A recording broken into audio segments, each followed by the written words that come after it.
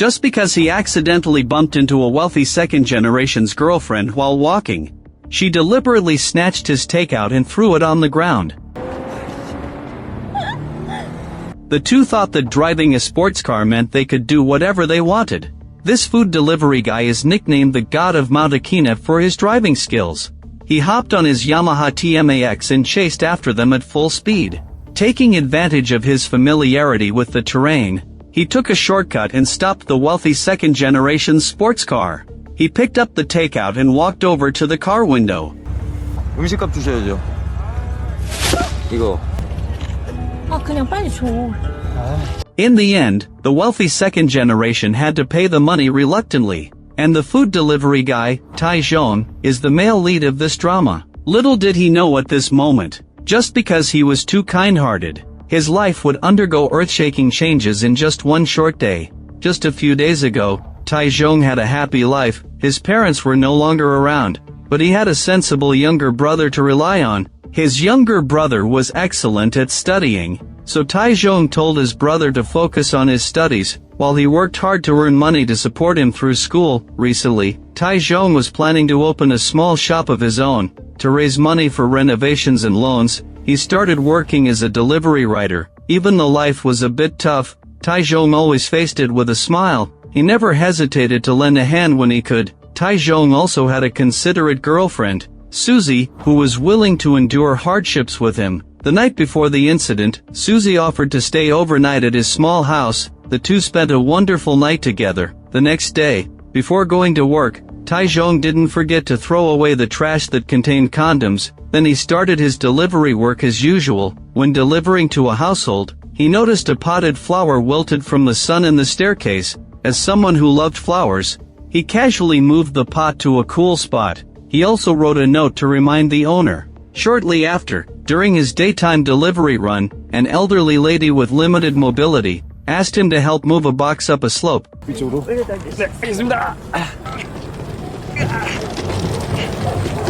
Then, while he was having dinner in the evening, a phone next to him suddenly rang. When he answered, the female owner's voice sounded very anxious, saying she would offer 300,000 won as a reward if he was willing to deliver the phone to her in person. So the guy didn't even have time to finish his delivery, immediately hopped on his motorcycle and rushed to the address provided by the owner. But when he arrived, there wasn't a single person around. Just then, the phone rang again. The female owner said it was too late and inconvenient to meet a stranger, telling him to leave the phone in a telephone booth in the tunnel. The guy followed her instructions, placed the phone inside, and took the 300,000 won. Little did he know tragedy was just beginning.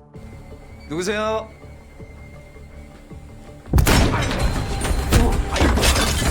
박대준 씨, 당신을 강간 및 살인 혐의로 긴급 체포합니다. It turned out that the police had found the dismembered body of a 20-year-old girl in the Han River tunnel. The moment Tycoon was arrested, this incident weirdly blew up. Everyone was talking about it on all the news. Nearly everyone in South Korea knew about it. The police had caught a pervert surnamed Park who committed rape, murder, and dismemberment. At this point, in the police station, Tycoon was desperately explaining that he didn't know the victim at all, but the police insisted he was the culprit and didn't even give him a chance for parole. Upon hearing the news, Tycoon's three good friends rushed to the police station to visit him. They told him with serious expressions that due to the incident's massive publicity, his personal information had been leaked online. Graffiti reading "An eye for an eye, a life for a life" had even been sprayed on the wall of his flower shop. Now, to prove his innocence, Tycoon had to provide an alibi for the time of the crime. Luckily, his delivery routes were well documented. Finding an alibi wouldn't be too difficult, so Susie, Tycoon's younger brother, and the three friends hurried to gather his whereabouts.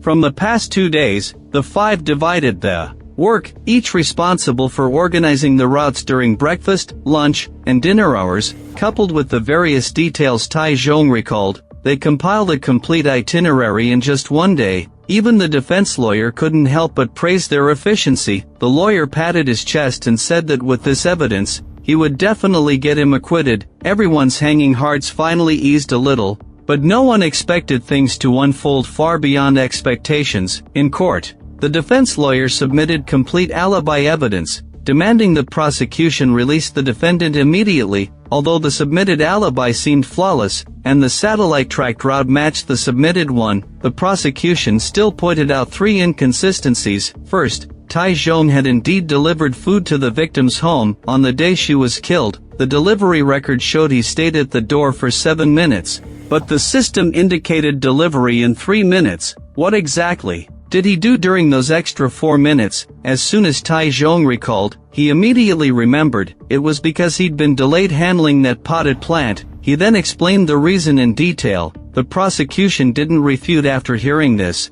but immediately moved on to the second point. When the police were investigating Tai-Jong's whereabouts, they found he had carried a black suitcase and run into an area without surveillance. Tai-Jong had just explained that he was helping the elderly lady move it. When the prosecution presented photos of the body disposal scene, this suitcase was actually the one that contained the body parts. Tai-Jong instantly felt chills all over his body. A bad premonition began to creep into his mind. 단지 캐리어 가방의 색깔이 비슷하다는 이유만으로 피고가 사체를 옮겼다고 말하기에는 무리가 있습니다. 게다가 CCTV에 피고가 캐리어를 옮기는 장면은 카메라 사각지대로만 이동할 수도 있겠지만 그것도 수백 번 저기를 왔다 갔다 하지 않는 한 카메라 위치를 어떻게 다 알겠습니까? 보통 사람에게 불가능하죠.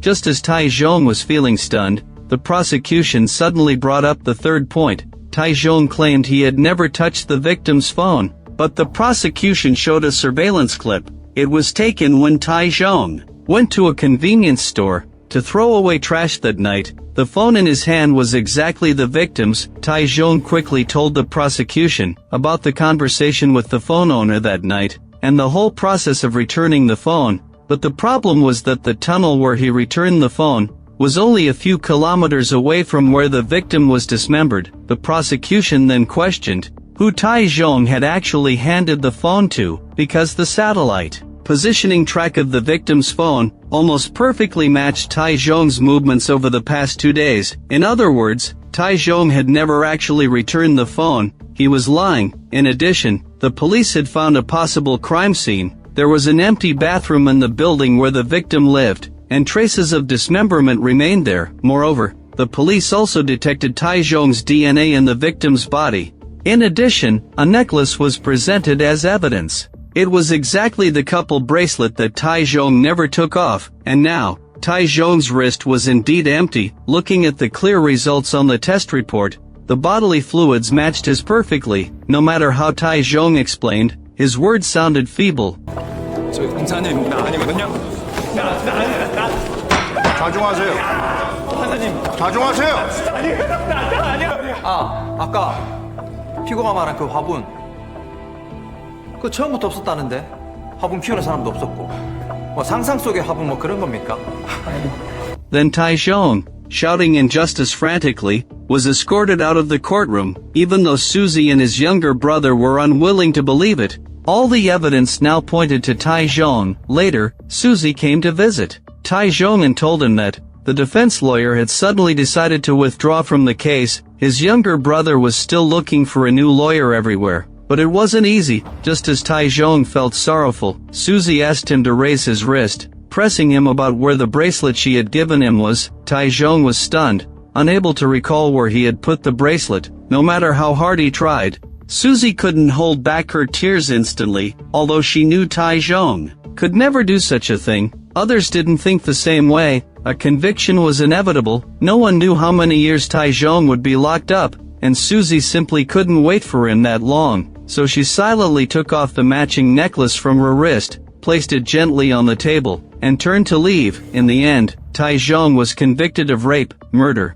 and dismemberment and sentenced to life imprisonment. He was escorted to prison that night, facing a group of prisoners, eyeing him covetously. It's well known that rapists are always the most hated group in prison. Tai-Jong would inevitably suffer countless humiliations. How would he survive for the rest of his life? Just as Tai-Jong was on the verge of despair, a man claiming to be a public defender took the initiative to find him. The man said he had accidentally come across Tai-Jong's case and thought there were too many suspicious points. The prosecution had ignored other possibilities from the very beginning. everything was too precise, so there must be something wrong. Therefore, the man offered to help him appeal the case for free. The lawyer's very sincere attitude made Taizhong see a glimmer of hope again. When asked if he had any evidence to prove his innocence, Taizhong didn't hesitate to say that the necklace at the crime scene wasn't his at all. It turned out that Taizhong had remembered that he had left his bracelet in his younger brother Taizhan's dormitory. The lawyer's eyes lit up immediately, and he quickly said this was a decisive piece of evidence. Hurry and give me your brother's address,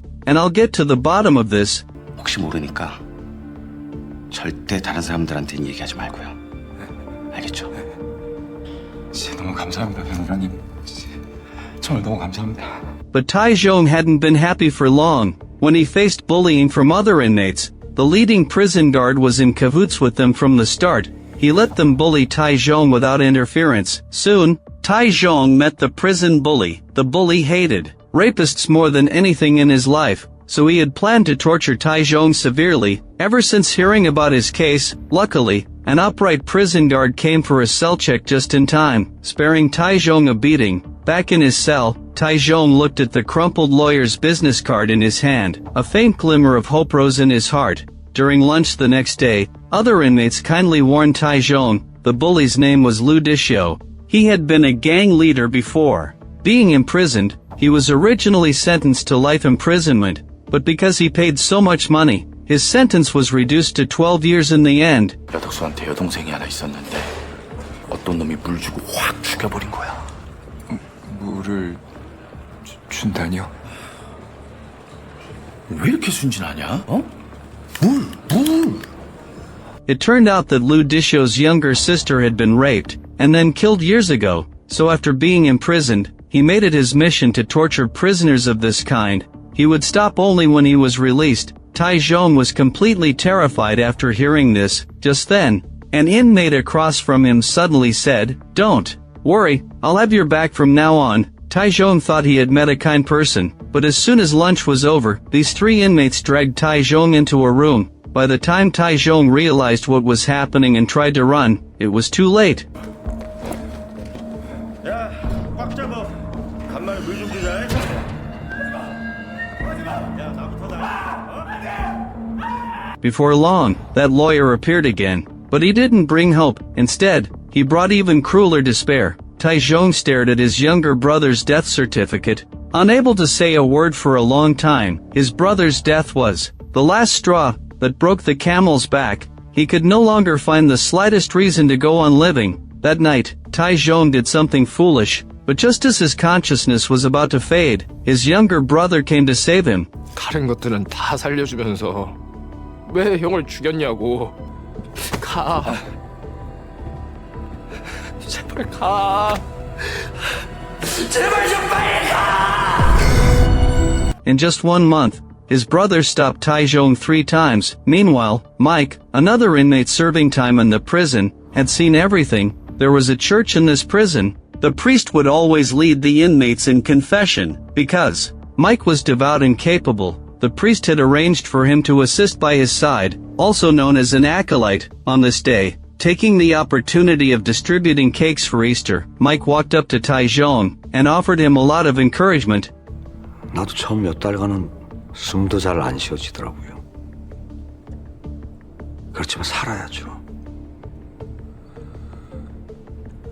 살아내야죠. Mike also told Taizhong to treat himself as if he had died once. Every remaining day is a grace from God. Only when one is alive can they do what they want. Whether it's regretting the past or reflecting on oneself, one must first live. Well, Mike's words made Taizhong rediscover his desire to survive, to live well in prison. He made a very strict life plan. Except for the time when he was beaten by other prisoners, he spent all other time either exercising, reading, or learning skills. He even planted a few seeds in the prison's activity area. As days passed, his body became stronger and stronger. The intensity of his training also increased. After some time, he could already exchange a few blows with Lu Dishio's men, but he couldn't stand against their numerical superiority, and still got beaten in the end. One day, Mike handed Taizhong a Bible, telling him to have faith in God. From then on, Taizhong immersed himself in reading, and his state of mind gradually calmed down. As time went by day after day, the flowers and plants he had planted had grown tender green branches and leaves. He had also gotten a pile of various technical certificates. 5 years later, the upright police officer Lee came to Taizhong's small garden, asking him to help take a look at the flowers in his hand. Police officer Lee had seen Taizhong's changes over the years, so he treated Taizhong very well. After police officer Lee left, Mike came over and gave Taizhong a piece of cake. It turned out that Mike would soon be released from prison after serving his sentence. He took off the cross necklace from his wrist and gave it to Taizhong, hoping that Taizhong would no longer shed tears in the future. On the day Mike was released, Taizhong saw him off through the barbed wire fence. It wasn't until then that Taizhong finally couldn't help asking a question hidden in his heart. For a long time, why was Mike so kind to him? Mike smiled and said, "Probably because I want you to live. You're also the only one in prison who's willing to listen to me." With that, Mike turned to leave. 그동안 감사했습니다. After Mike left, Taizhong took over his job in prison, until one day, a bruised young man walked into the prison church. Taizhong thought he had come to repent, but he heard something that shocked him. 여기 하느님을 한번 믿어보세요. 나는 죄가 없어요. 아니 그러니까 제가 하고 싶은 말은 그날 핸드폰 찾아주러 공원에만 안 갔어도 이런 일은 안 일어났을 거예요. It turned out that this young man had suffered exactly the same fate as Taizhong. He was sent to prison just because he found a mobile phone. Even the public defender he met with was the very same one, after his only mother also committed suicide under mysterious circumstances. The young man finally realized that the so-called public defender wasn't a lawyer at all, but an accomplice. Taizhong then fully understood that these two seemingly accidental tragedies had been a carefully planned trap. From start to finish, the lawyer who had volunteered to help him appeal the case hadn't only deceived him but also killed his younger brother. Unluckily, the young man didn't have Taizhong's tenacious will to live. He also died mysteriously in prison soon after, and no one took responsibility for his death at all. Later, Taizhong tricked the fake lawyer into coming to the prison, under the excuse of having new evidence. The other person immediately asked to see the new evidence, but Taizhong brought up the young inmate, who had just arrived yesterday and died mysteriously today. He also asked the fake lawyer, "Do you remember him?" 시골에 계신 어머니가 자살했다는 소식 그 당신이 직접 전달했나?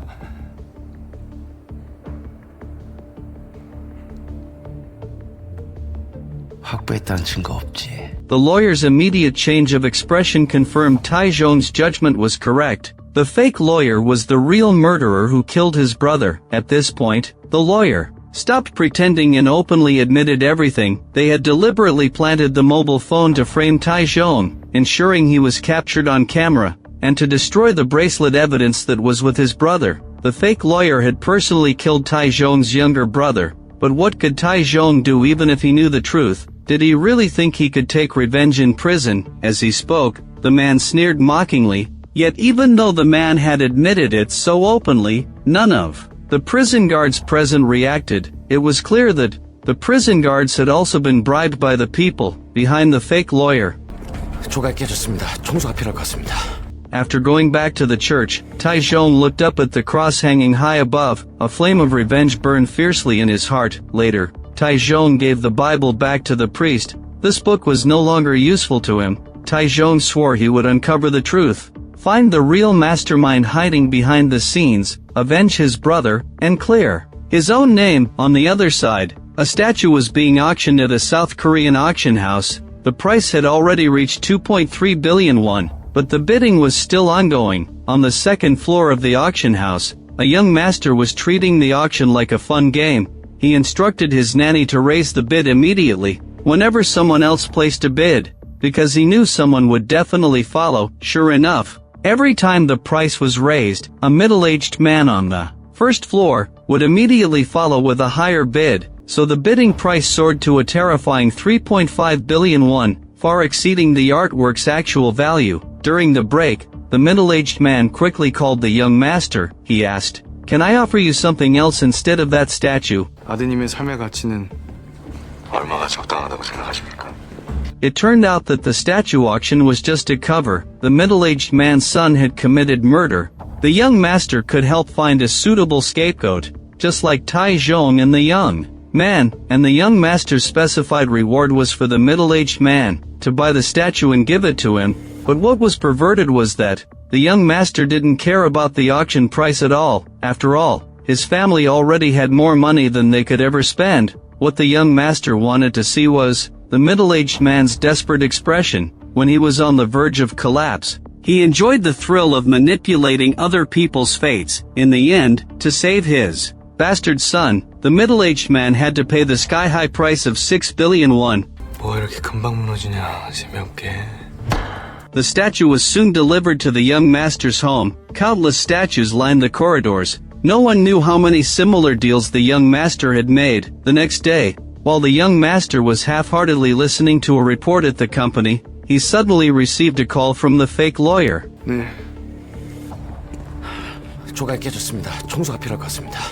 After listening, the young master immediately made arrangements and sent a professional hitman to the prison, planning to get rid of Tai Zhong once and for all. Just then, Tai Zhong was stopped by Lu Dishou again. Lu Dishou still wanted to teach him a lesson like before, but he didn't expect that Tai Zhong was no longer the same person he used to be. With a fierce offensive, Tai Zhong quickly defeated all of Lu Dishou's men. In the blink of an eye, only Lu Dishou was left, but Tai Zhong didn't beat him in public. Instead, he stepped forward and said, "Don't bother me again in the future." The news of Lu Dishou's defeat spread throughout the prison in no time. 2 fearless inmates even dared to talk about it behind his back. Unluckily for them, Lu Dishou overheard their conversation. Unable to take his anger out on Tai Zhong, Lu Dishou vented all his fury on these 2 inmates. Just then, John, another gang leader who had a grudge against Lu Dishou, approached him. It was clear that the two had a long-standing feud. Just as they were about to fight,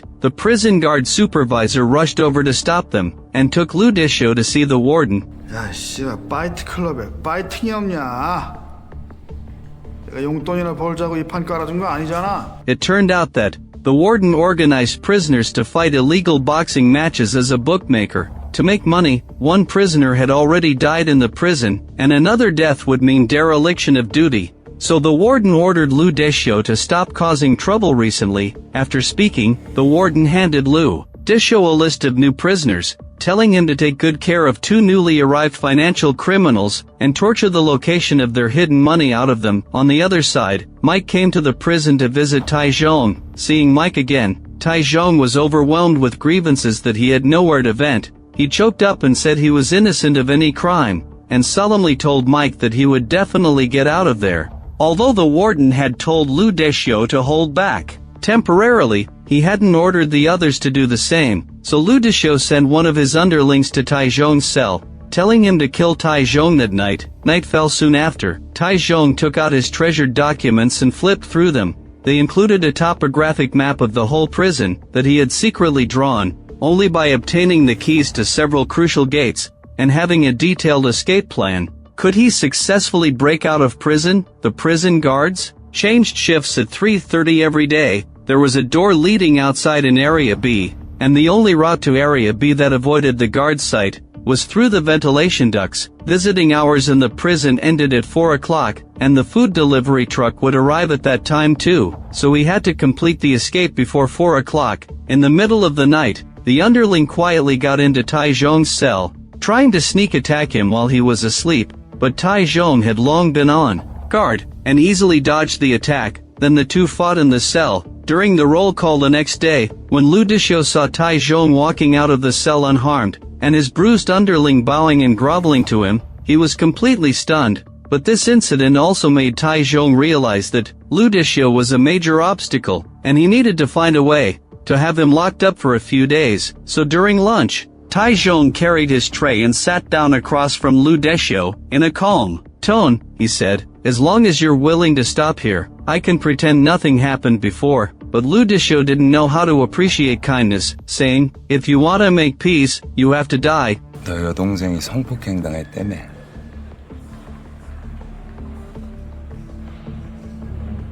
그거 네가 한 거잖아. 왜 아닌 척하냐? Lu Dishou was instantly enraged, and grabbed his tray to throw at Tai Zhong. but Taizhong didn't fight back at all, because his goal was to provoke Lu Disho into attacking, so that the guards would lock him in solitary confinement, as expected. The plan worked perfectly. Later, Taizhong asked Gardley for some green sponges, under the excuse of taking care of the plants. Gardley readily agreed, and casually told Taizhong a piece of news: his application to clean an Area B had been rejected, as the area was already fully staffed. After Gardley left, Taizhong immediately hid the green sponges in a flower pot. He then quietly placed the pot in the warehouse. Shortly after, Taizhong secretly attacked an inmate who was alone, freeing up a spot for cleaning. In Area B, after volunteering for the position, Taizhong snuck into the warehouse while cleaning. He pressed the key to the Area B gate onto the green sponge, leaving an impression. Then he carried the flower pot to the small garden, and poured white glue into the key impression. Once the glue hardened, it would form a complete mold of the key. But as he busily prepared, the hitman sent by the young master was also ready to strike. He disguised himself as a doctor and got into the prison openly, under the excuse of administering vaccines to inmates. The pink potion in his hand was specially prepared for Taizhong. At noon, a guard's car broke down, so he called Taizhong over to help fix it. Taking advantage of the guard's lunch break, Taizhong rushed to the auto repair simulation classroom, and traced the outline of the white glue key mold onto a metal plate. He then started cutting the key. Unluckily, the guard came back from lunch earlier than usual, holding a hamburger for Taizhong.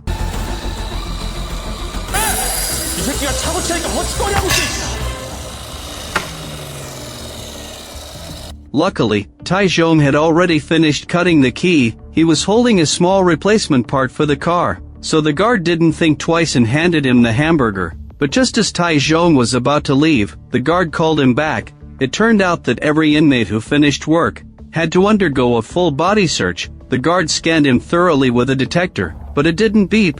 As the key was hidden in the hamburger bag, Taizhong wanted to hurry back to his cell to prepare for the next step. But John stopped him. John offered to team up with him to take down Lu Disho, but Taizhong refused on the spot. Instead of getting angry, John became even more interested in Taizhong. When Taizhong went back to his cell, the prison guard supervisor was already waiting for him.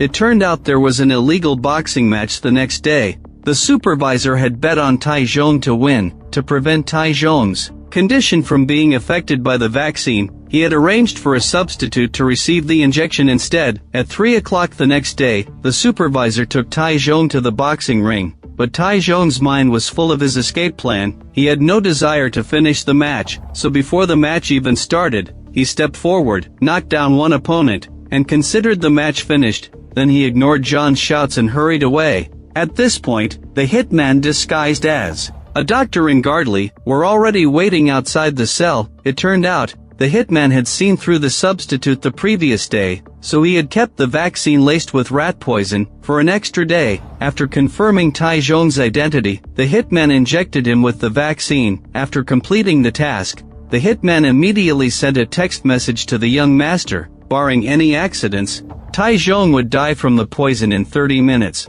But Taizhong had no idea. He had been poisoned. After the two left, he quickly took out the nails and keys he had prepared in advance from under his bed. He then sneaked into the warehouse, carefully placing the nails beside the socket. With a fire extinguisher, he hammered them in forcefully. The power in the area immediately tripped. Taizhong then used one of the keys to open the door, where the access cards were stored. He took the one he needed. Later, pushing a cart and pretending to be cleaning, Taizhong walked past the guards as if nothing was wrong. He went to the supplies warehouse, took a set of civilian clothes, changed quickly, and swiped the card to open the gate. But immediately after, guards rushed over after hearing the commotion. Taizhong had to quickly hide in another warehouse. When the guards walked in to check, they didn't see Taizhong at all. Only after the guards left, did Taizhong emerge from his hiding place. But by then, the rat poison had already started to take effect. Taizhong didn't know what was happening, but he stood the discomfort and continued his escape.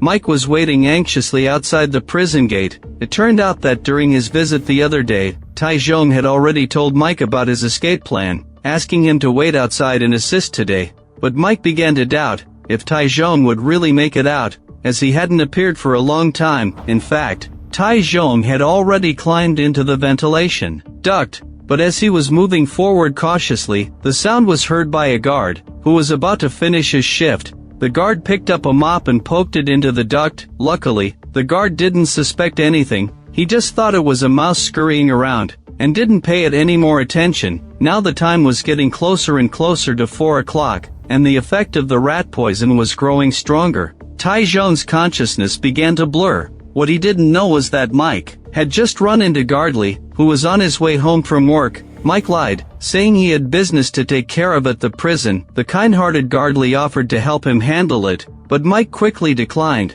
saying he would come back the next day. After climbing out of the ventilation duct, Tai Zhong stumbled to the prison office lobby. He was just one step away from regaining his freedom. Seeing an elderly lady sitting nearby, Tai Zhong struggled to pry off his watch face, and used it to slash the lady's lunchbox. Taking advantage of the chaos that distracted everyone, Tai Zhong quickly stood up, followed the crowd through security, and finally saw the gate to freedom. But just then, the rat poison fully took effect. The world around him turned colorful, and finally, his body went limp and he collapsed to the ground. Meanwhile, the young master went to watch the training of the racing team he sponsored, but despite the thrilling, adrenaline-pumping scenes that should have excited him, the young master couldn't seem to get interested. He always felt like something was missing. Wouldn't it be more fun if there were some small obstacles on the track, like banana peels all over the track, making the cars crash into each other? 아이, 사고가 나면 저희 선수가 다치니까 그게 더 큰일이죠. 예. 아,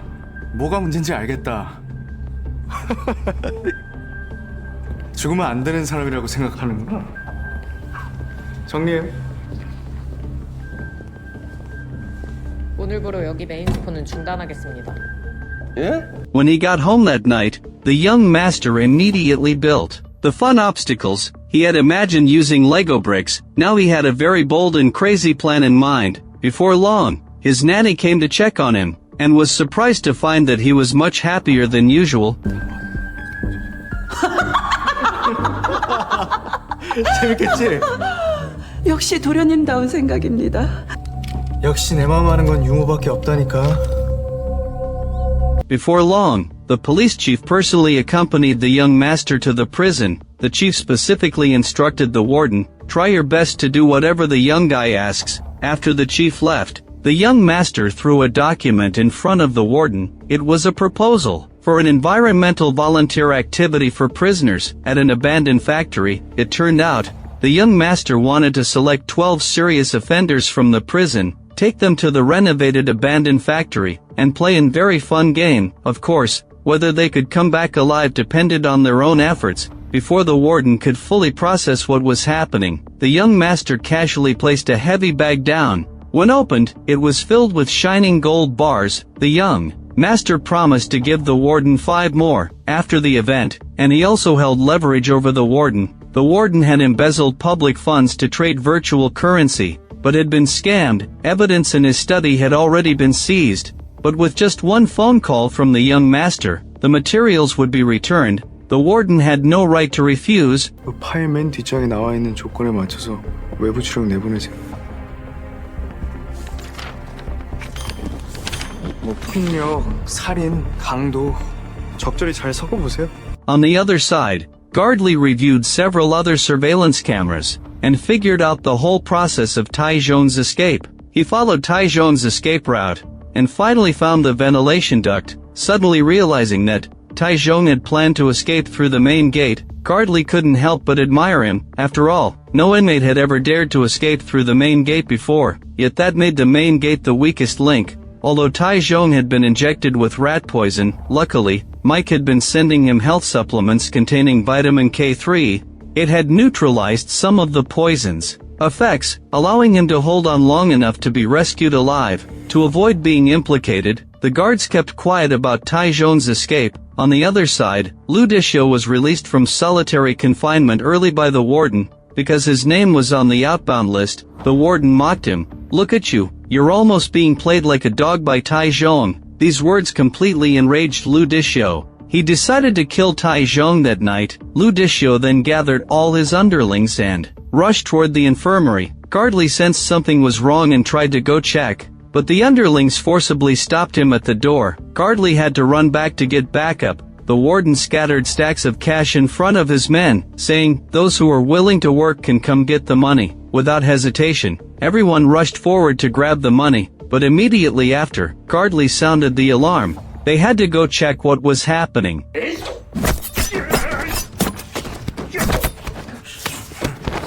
In the next second, Tycoon suddenly rushed out, catching Ludisho off guard. Luckily, Ludisho had sent some of his underlings to block the guards at the gate, so only a few remained by his side. Tycoon still had a chance to fight back. After a fierce struggle, only Tycoon and Ludisho were left in the infirmary. Ludisho slowly stepped forward, pulled out a dagger, and stabbed at Tycoon. Tycoon counterattacked by punching Ludisho in the neck.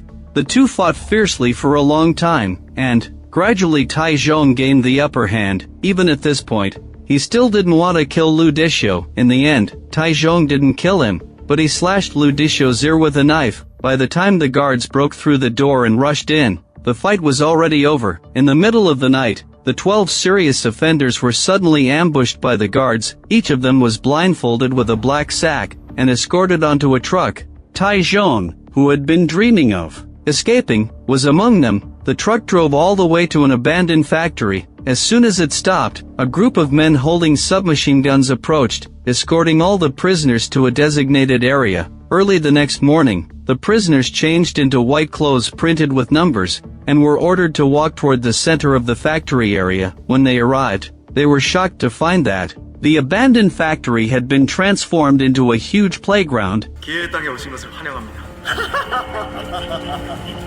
A bloody and thrilling game was about to begin. The above is all the content of the first 4 newly updated episodes of the Korean drama The Manipulated. If you're eager to know the follow-up plot, you 야, 차 빼. 그 따위로 운전할 거면 집에 처박혀 있어 그냥.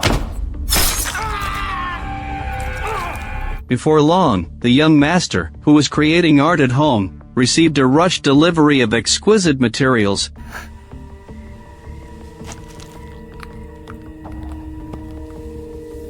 Seeing the flawless work in front of him, the young master broke into a satisfied smile, just as he was enjoying himself. His wet nurse entered the room with a drink. The wet nurse was just as twisted as the young master, so, instead of persuading him to restrain himself, she smiled and praised the statue for its beauty. The young master received an urgent call from Counselor Bai. It turned out that Counselor Bai's son, Daogung, was an incompetent playboy from a wealthy family. Just now, he had gotten so carried away with his antics that he accidentally killed his female companion. 아빠, 나 어떡해? 나 갑자기 무서워지려고 했는데.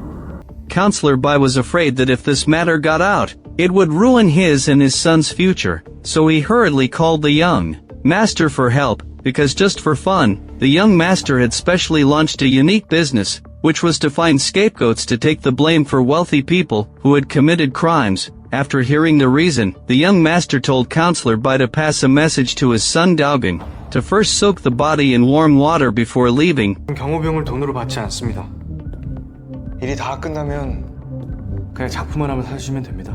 After hanging up the phone, the young master went to a specially constructed room that had cost a fortune. As soon as he put on the custom-made glasses, the huge screen in front of him lit up immediately. At the young master's command of start, a professional cleanup team rushed to the crime scene with professional equipment. These people set up high-tech equipment and scanned the entire room. Immediately afterward, these scan data were transmitted to the secret room in real time, actually recreating a virtual scene identical to the real one. The young master stared at the virtual scene, while quickly reconstructing all the details of the crime in his mind, so clearly that it was as if he had been there in person. As he looked at the blood footprints on the ground, the young master couldn't help but feel speechless. 많이도 밟았네. 조심하라니까.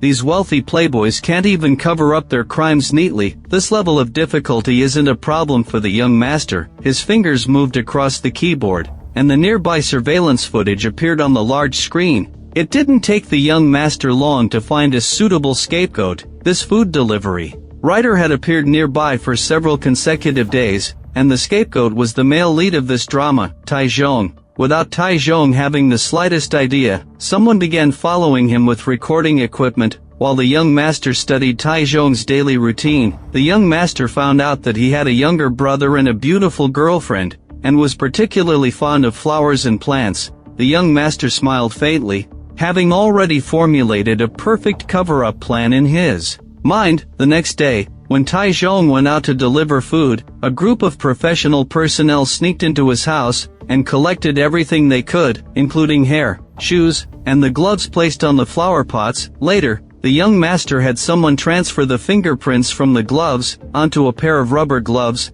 then had someone wear these gloves to press Tycoon's fingerprints on the glass of the victim's house. Then, they dipped Tycoon's shoes in the victim's blood, and stepped out a trail of footprints at the scene, forging irrefutable evidence that Tycoon was present. The most crucial bodily fluid evidence was even more sinister. The young master watched the footage, and discovered that Tycoon had spent a romantic night with his girlfriend, so he immediately had someone retrieve the garbage Tycoon had thrown away, which contained a used condom from Tycoon. In this way, Tycoon's bodily fluids were extracted and injected into the victim's body. Subsequently, the young master crafted an airtight chain of evidence for the entire case. After noticing that the bracelet Tycoon usually wore on his wrist was missing, he had someone buy an identical one and leave it at the scene. 저기 화분 하나 갖다 놓죠? 병든 걸로. 녹보수가 좋겠다. Even the potted flower in the corridor was a deliberate trap set by the young master, because he had observed that Tycoon liked to tinker with plants. As long as Tycoon glanced at this flower a little more, coupled with the abnormal food delivery time, it would be enough to make the police target him. At this point, all links were closed, and as soon as Tycoon was arrested, the young master used all the self-media accounts he had bought, ramped up a public opinion campaign, accusing Tycoon of murder and dismemberment, effectively cementing Tycoon's guilt online. The young master felt completely justified in doing such a thing. In this world, people are inherently divided into different classes. Only those from higher classes are more useful to society. A few minor mistakes committed by such people are nothing. On the contrary, the lowly ants at the bottom must do everything to protect the top 1% of society. In the end, Tycoon was sentenced to life imprisonment, and his younger brother was also killed by hitmen hired by the young master. Tycoon's life in prison was miserable,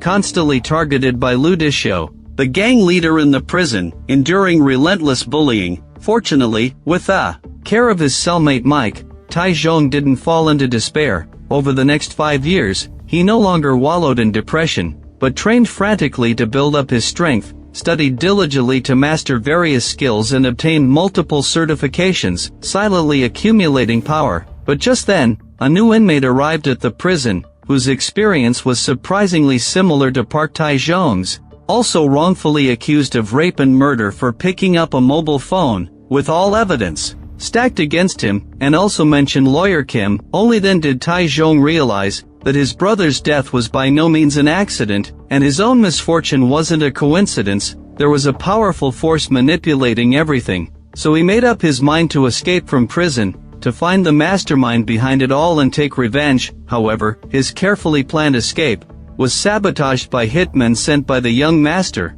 But that night, 12 death row inmates including Tycoon were escorted onto a truck, with the help of prison guards bribed by the young master. Tycoon was just one step away from regaining his freedom. It turned out that the young master found pure racing games like F1 boring. He wanted something more exciting, a life or death chase that would make people's adrenaline soar. So the young master organized a death race, specifically selecting death row inmates from prisons for this purpose, and taking them all to a renovated abandoned warehouse. To ensure these people had the physical strength to compete, the young master specially prepared a hearty dinner. However, the plating of this food really gives off strong vibes of the platform. At first, the inmates were all a bit confused, not knowing what was really going on. 눈 가리고 한 걸로 봐선 외부 추적은 아닌 것 같고 이 개 지랄들 해놓고 음식이나 맛있게 먹으라고!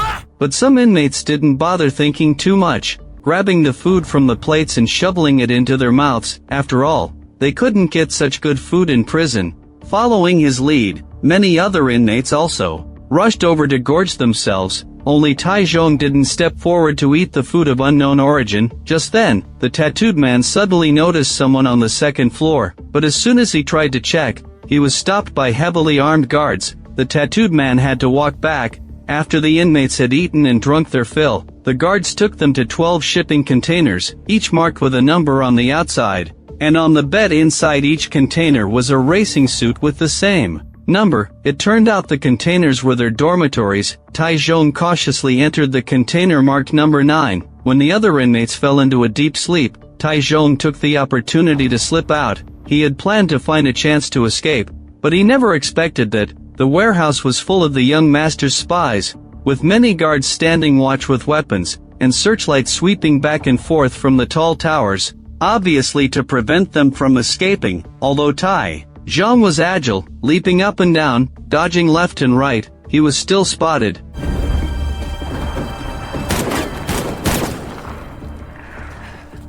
Staring at the cluster of red dots on his body, Taizhong had to raise his hands and surrender. However, these men didn't fire another warning shot. In the next second, a car slowly pulled up in front of him. 어디 가려고요? 2802번. 지금 낯이 있는데. 혹시 유명하신 분인가?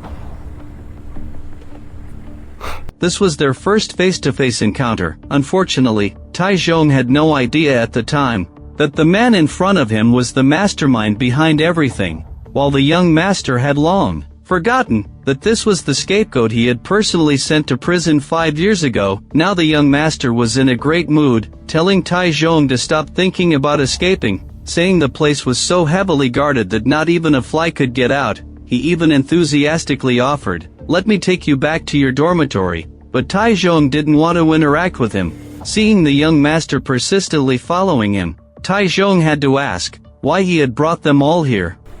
곧 시합이 하나 있을 거예요. 시합?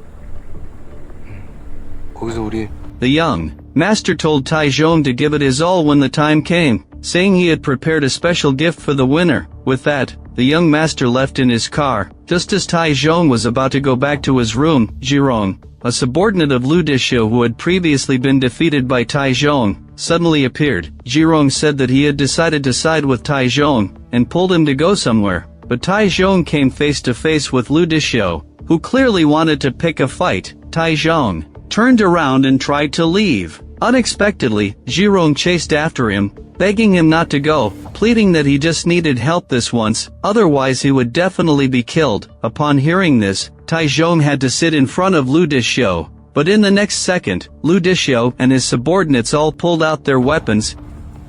귀가 잘 붙었네.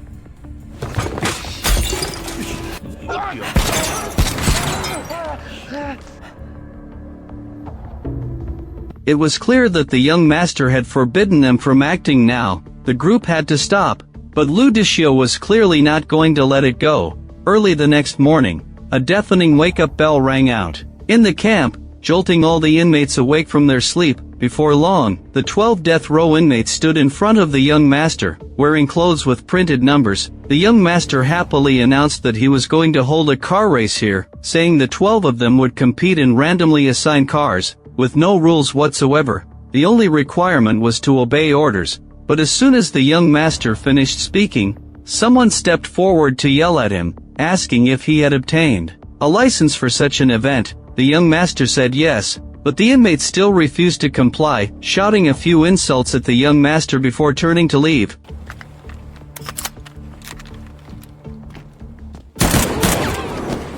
The other inmates, seeing that the young master was serious, immediately became obedient, and no one dared to speak up anymore. After all, anyone who could get their hands on guns in South Korea couldn't be an ordinary person. At the young master's wave of his hand, a large truck slowly drove over. When the truck compartment opened, it was filled with a thick stack of cash, a whopping 5 billion won. The young master said that only the first person to rush back to the starting line could take away this sky-high prize money. As for the cars to be used in the race, they were in the maintenance bays, corresponding to the numbers on the inmates' clothes. 저랑 면담할 수 있는 기회를 드릴 테니까 궁금하신 점이 있으시면 저를 찾아오시면 됩니다.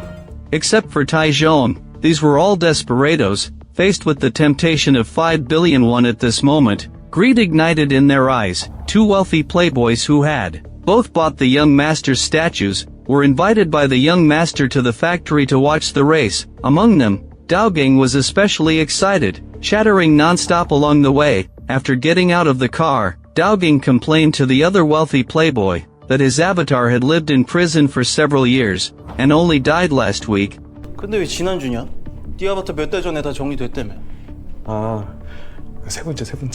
Then the two went to the top floor to meet the young master. The young master had only invited the two of them this time because he wanted to cooperate with them to develop this model into a new business. The task of the two wealthy playboys was to attract wealthy businessmen to place bets, while he would build a reliable dark web betting system. Once the model matured, he would promote this death game to the whole world. After all, which country didn't have death row inmates? However, Daogang was a little curious whether they would really give the 5 billion won to the winning inmate. The young master nodded faintly. After all, he had promised them, but 저 사람들은 여기서 아무도 못 나간다고 봐야죠.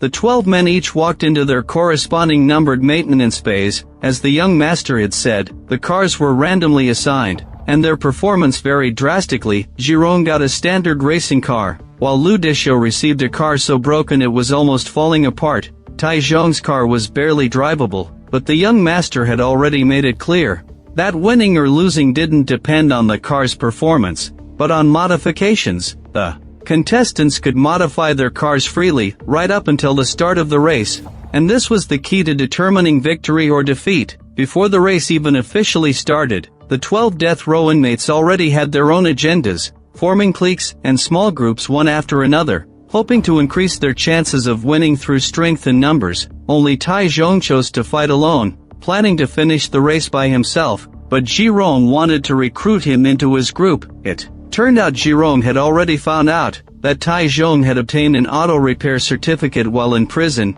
He knew cars and could fix them, so he begged Tai Zhong to help inspect his racing car. Girong added that after winning the race, he only wanted to buy an apartment and would give all the remaining money to Tai Zhong. 나는 관심 없고 네 할머니한테나 갖다 줘라.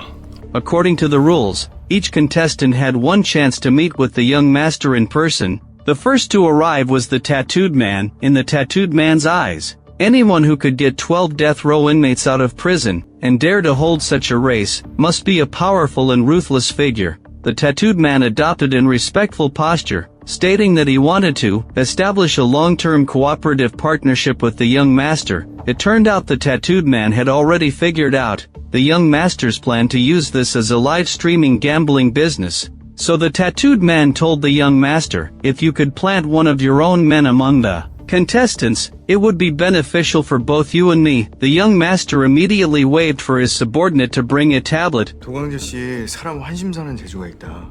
사기 전과 18번 탐내. The tattooed man was slightly stunned at first, then quickly put on an even more respectful expression, but the young master laughed and told him to leave first, adding that he would think about the cooperation. At this moment, the tattooed man had no idea that cooperating with the young master would most likely leave him with not even a trace of himself left. Shortly after, Lu Dishio came to meet with the young master, but his purpose was different from the tattooed man's. He was not interested in the 5 billion won prize money. His only request was to personally kill Tai Zhong during the race. The young master's face lit up with joy as soon as he heard this, explaining that this race was just like a boxing match, and killing someone during the race was just part of the game. 저 게임 안 해서 상금도 포기하지 마시고요. That night, Tai Zhong was helping Girong inspect the racing car, when chaos suddenly broke out on the other side. Contestant number 4 snatched contestant number 6's car. When the tattooed man saw that the guards did nothing to stop it, he finally realized that no rules really meant they could do whatever they wanted. So he told his subordinates to check whose car was the best. At this moment, his man told him that Girong had a sports car with the best performance. Without hesitation, the tattooed man led his men to seize Girong's car. Girong could only hold against the maintenance bay door, struggling with all his strength to buy time for Tai Zhong. Just as the other side was about to break through the door, Tai Zhong finally finished installing the tires and drove out of the maintenance bay at full speed. The scene of Tai Zhong speeding in the sports car was just seen by Lu Dishio. he slammed on the gas pedal of his newly stolen car and chased after him. The tattooed man thought Lu Dexiu also wanted to seize the sports car, so he led his men to follow closely behind, but he was maliciously cut off as soon as he started. Enraged, the tattooed man floored the gas and crashed through the blocking car. The roar of the engines here was deafening, quickly alerting the young master and Daoging in the monitoring room.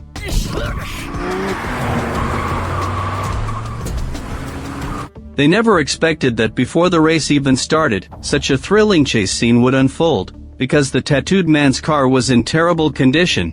After driving for a long time, he couldn't even catch up to the exhaust fumes of the two cars ahead. Meanwhile, Lu Dexiu refused to let Tai Zhong go, trying to force him to stop again and again. Tai Zhong was almost forced to roll over by his pit maneuver. Fortunately, Tai Zhong had excellent car control skills and quick reflexes, and turned into another fork in the road, but Lu Dexiu followed right behind.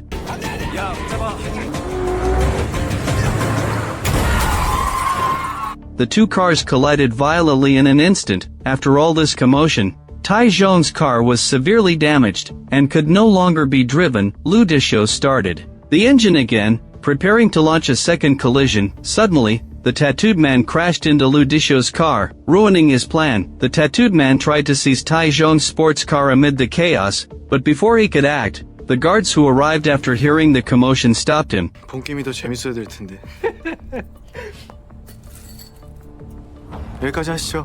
Later, Jerome could only desperately push the car back to the maintenance bay. Tai Zhong tried to start the engine, but the engine suddenly burst into flames. However, at this critical moment, Tai Zhong spotted a ramp leading to higher ground not far away, and a bold plan gradually took shape in his mind. The next day, Tai Zhong went to meet the young master. While talking to the young master, he quietly observed the venue's terrain. Then Tai Zhong pointed out that the purpose of this race wasn't about car racing. 각자 받은 차량들도 다 다르고 뭐 정확한 룰은 없는데 싸움만 부추기고 있고. The young master was shocked by Tai Zhong's calmness and insight. He couldn't help but feel that Tai Zhong looked very familiar, but he couldn't recall where he had seen him before. At this moment, Tai Zhong didn't drink the wine the young master offered him, but instead asked him for a box of vitamins. The young master thought he wanted to replenish his strength to prepare for the race, never expecting that Tai Zhong intended to use these vitamins to nourish the withered flowers nearby.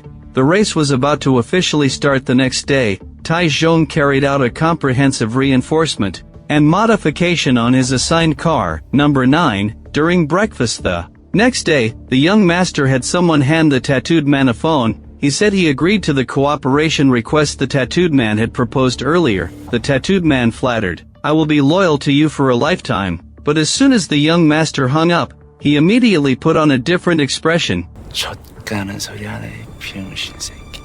The race was finally about to begin. 11 meticulously modified racing cars slowly drove out of the maintenance factory, parking in a line at the starting line. Unexpectedly, before the race officially started, contestant number 12 suddenly launched an attack, snatching someone else's car. Although Lu Dexiu and the tattooed man were on bad terms, their goal was surprisingly the same, both wanting to kill Tai Zhong at the first opportunity. Even though Daoging had always disliked Tai Zhong, when placing his bet, he unexpectedly wagered that Tai Zhong would be the final winner. As the red lights lit up, the 11 racing cars started their engines. Simultaneously, after all 5 sets of red lights went out, the death race officially began. Several cars collided right from the start, with the inmates refusing to yield to each other. Before long, car number 11, due to excessive speed, lost control and crashed off the track completely. The young master didn't care, only instructing his subordinates to send someone to take a quick look, and told the drones to continue following the other cars. The next second, the driver of car number 2 pressed the red button, activating the specially modified flame-throwing device, and the car's speed surged instantly, shooting to the front of the pack. But the good times didn't last long. The flame-throwing device quickly malfunctioned, and flames spread along the fuel line. Despite the driver's desperate attempts to fix it, it was useless. Even though chaos erupted constantly on the racetrack, the young master seemed distracted. Staring at Tai Zhong in the surveillance feed, he found him more and more familiar. It wasn't until his eyes fell on that withered potted flower that the young master suddenly realized Tai Zhong was the very person he had chosen as the scapegoat for Daoging 5 years ago. A look of realization spread across the young master's face, and he immediately contacted the tattooed man, telling him to go after car number 9. Upon locating car number 9, the tattooed man began ramming it frantically. Shortly after, Lu Dishio raced over from the other side. The two cars trapped car number 9 between them, and the three vehicles collided head-on. Caught in the middle, car number 9 suffered the most severe damage. The young master ordered the drone to zoom in for a closer shot. Lu Dishio was the first to recover. Grabbing a knife, he kicked open the car door, ready to kill Tai Zhong himself. But when he rushed to the driver's seat, he was shocked to see that the person inside wasn't Tai Zhong, but his own subordinate, Zhirong. It turned out Tai Zhong had swapped cars with Zhirong long ago, and car number 11, which had crashed off the track earlier, was the one Tai Zhong had been driving. The young master sensed something was wrong, and hastily ordered the drone to check on the situation. The car was empty. In the next second, Tai Zhong made a dramatic appearance on a motorcycle. After all, when it comes to driving skills, what Zhong Tai excels at most is riding a motorcycle. Tai Zhong then raced forward on the motorcycle, heading straight for Lu Dishio's car. Everyone thought he was going to crash into it and die together. But just as they were about to collide, Tai Zhong made a sharp turn and dodged. Lu Dishio and the tattooed man immediately restarted their cars, chasing after him with all their might. The young master also contacted the tattooed man, ordering him to use the gift on the back seat. When the tattooed man opened the gift box, he found a pistol inside. Tai Zhong rode his motorcycle nimbly through the complex factory. He even stopped specially and tied a gas cylinder to the motorcycle. After spotting Tai Zhong, the tattooed man smashed the car window and raised his gun to shoot, but the shaking of the car and Tai Zhong's evasive maneuvers prevented him from hitting a single shot. Instead, Tai Zhong seized the opportunity to counterattack and kill him.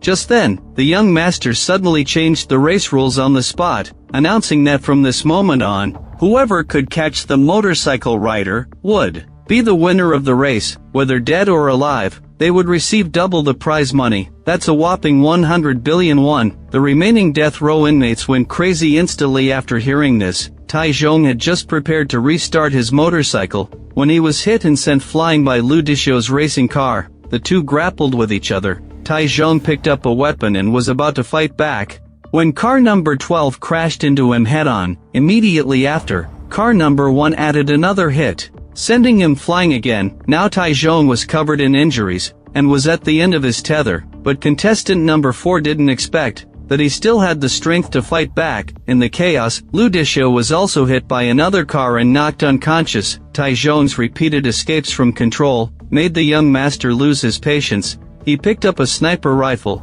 ready to end Tai Zhong himself. Unexpectedly, contestant number 4 suddenly grabbed Tai Zhong by the neck, making it impossible for the young master to aim accurately.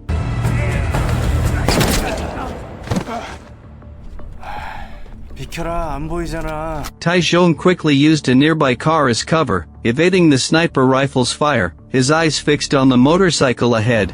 Taking advantage of the young master's reload interval, Tai Zhong seized the opportunity to rush out of cover quickly, mounted the motorcycle and raced away again. He then parked the motorcycle in an area where the sniper rifle couldn't aim. Ahead was the uphill section he had observed repeatedly the night before. It wasn't until this moment that the young master finally understood Tai Zhong's intention. He planned to use the terrain advantage of the uphill slope to make the motorcycle leap out of the factory building. But the young master wasn't worried, because the spot where Tai Zhong would be airborne was exactly within his shooting range. Tai Zhong first used the gas cylinder to smash the drone, then detonated the roadblock, blocking the way. After that, he twisted the throttle hard, and the motorcycle rushed straight into the sky along the slope. Tai Zhong was airborne in front of the high platform for a moment. As he was about to fall into the sea, he was shot by the young master. Tai Zhong not only dodged the bullet, but also flew over the tens of meters high iron wall,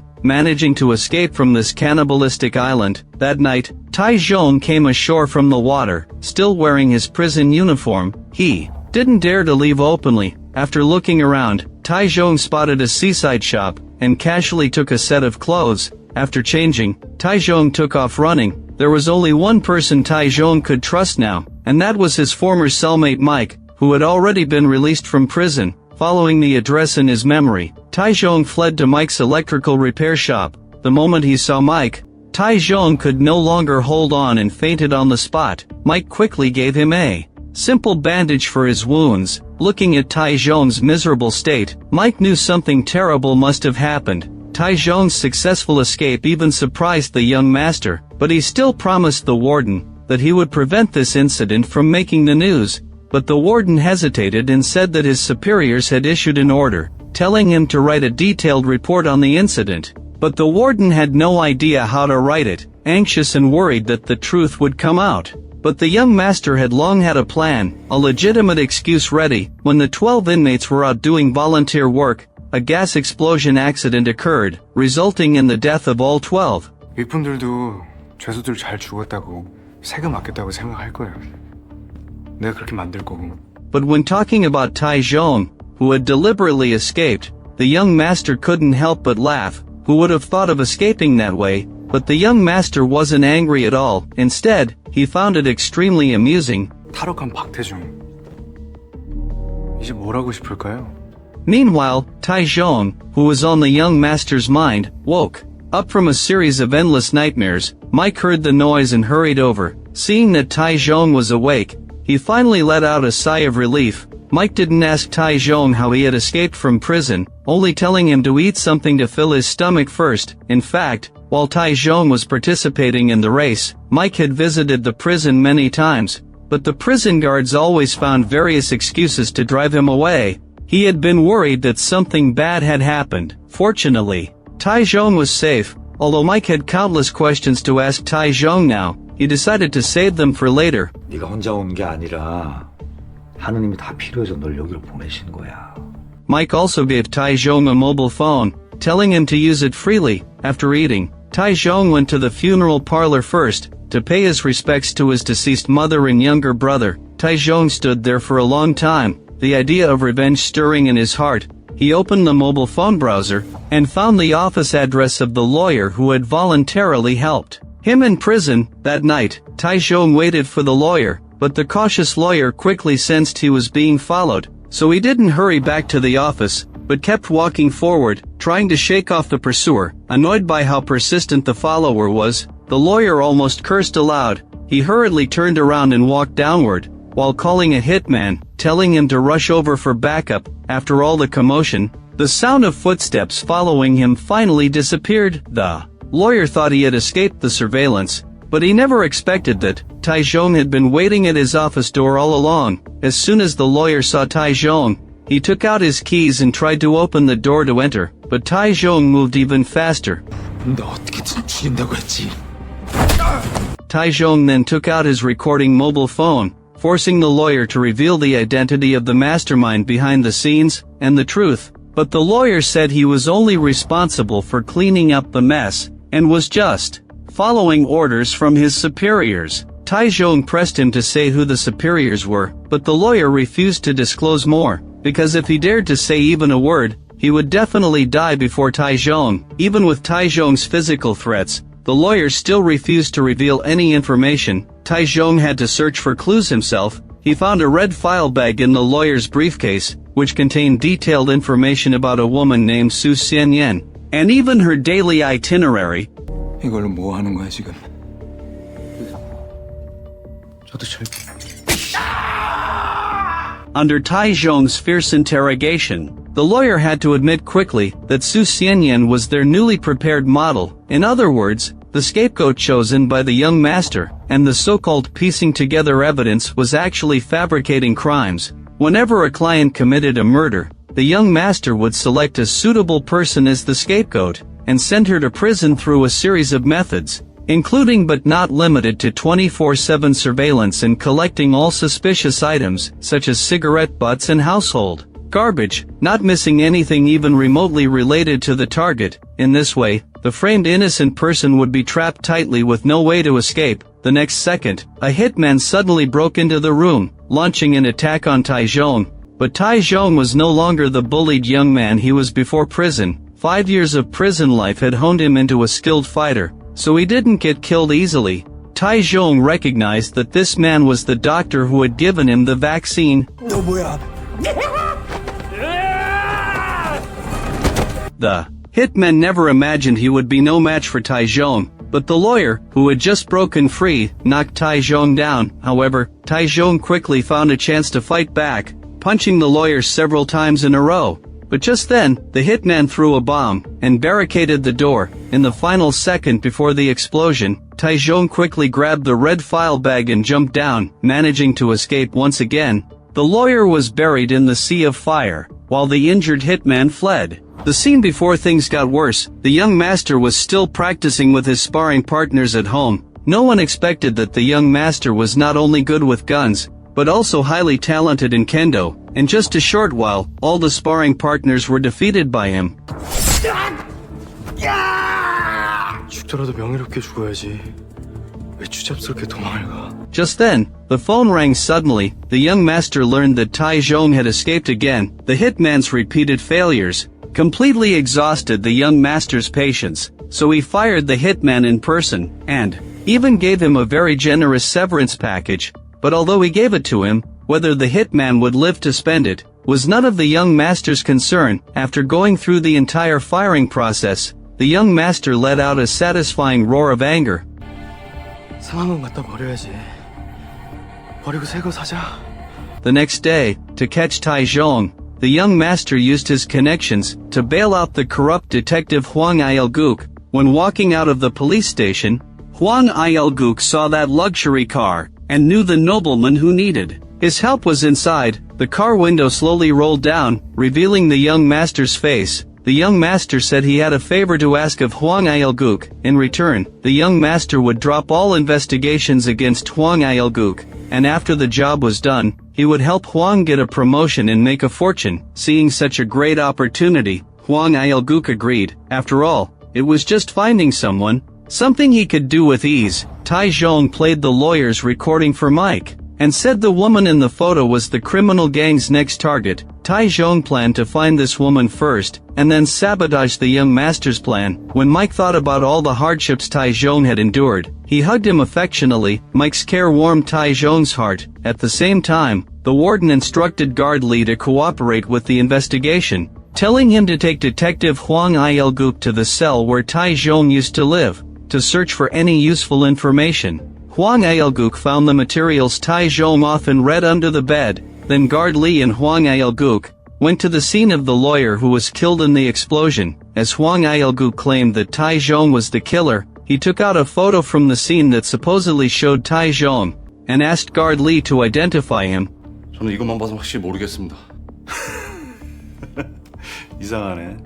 난 누군지 딱 알아보겠는데. Su Xianyan was a single mother running a hair salon to make a living. She had incurred a lot of debt because her daughter was ill, so the mother and daughter lived a modest life. At this moment, the young master was closely monitoring them. The young master began sorting out the target's life again, planning to repeat his old trick to send Su Xianyan to prison, but Tycoon stepped in to spoil his plans. He successfully located Su Xianyan's shop. After returning to Mike's place, he began organizing Su Xianyan's information, finding out about her living habits and family background. Combining his own experience, Tycoon knew that someone was secretly monitoring Su Xianyan's every move 24/7, and the only way to find those monitors was to conduct counter-surveillance. So he used the skills he had learned in prison, asked Mike to get a pile of idle circuit boards, and began modifying the circuits, making one small camera after another. Finally, he quietly installed the cameras near the hair salon.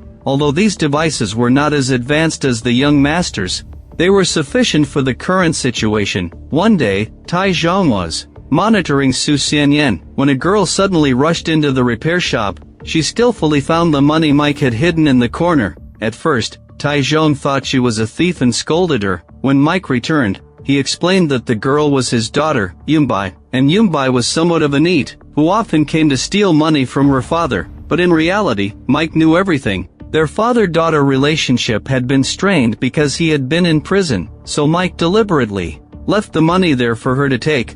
좋겠어 아주. 오랜만에 그쪽 아들 만나서.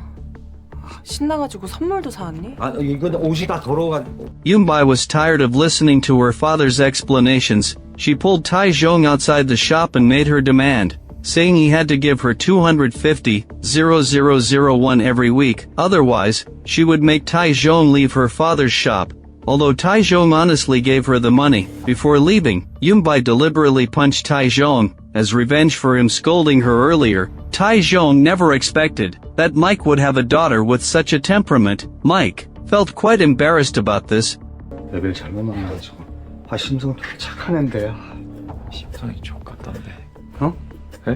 After several days of investigation, Taizhong successfully identified the hidden monitors. Several cars and a group of people would appear in front of Su Xianyan at the same time every day, and disappear at the exact same time afterward. Clearly, they were sent by the young master, and Taizhong finally solved the problem that had troubled him for years: why the victim's mobile phone back then had the same movement trajectory as his. It turns out a motorcyclist with a mobile phone had been following the target closely from behind all along. Next, Taizhong planned to find a way to prevent Su Xianyan from falling into the trap. But he didn't know the young master had already set his plan in motion. The victim this time had a knife stuck in their back, and there was a pair of scissors in Su Xianyan's hair salon, which could perfectly serve as the murder weapon. Soon after, Su Xianyan found a mobile phone under the sofa, but Taizhong was too late when he arrived. He learned from the girl that her mother had already left to return the phone to its owner. The girl pointed to the address written in a notebook, telling Taizhong that Su Xianyan had gone there. Taizhong hurriedly called Su Xianyan, trying to warn her not to go, but unfortunately, Su Xianyan hadn't brought her phone with her. At the same time, Huang Ailguk and Guard Li located Mike's repair shop. Since Mike was the only former cellmate who had a good relationship with Taizhong, Huang Ailguk suspected that Taizhong was hiding in Mike's shop. 아니, 태중이는 교도소에 있는데 왜 저한테... 탈옥했어요. 혹시요? 만나셨어요? Mike lied and said he hadn't seen Taizhong, but Huang Ailguk didn't believe him, insisting on searching the shop. Although Mike resisted fiercely, Huang Ailguk forced his way into Taizhong's room. To his surprise, Mike's daughter Yumbai was changing clothes inside. 아니 안에만 잠깐 확인. 어딜 가 왜?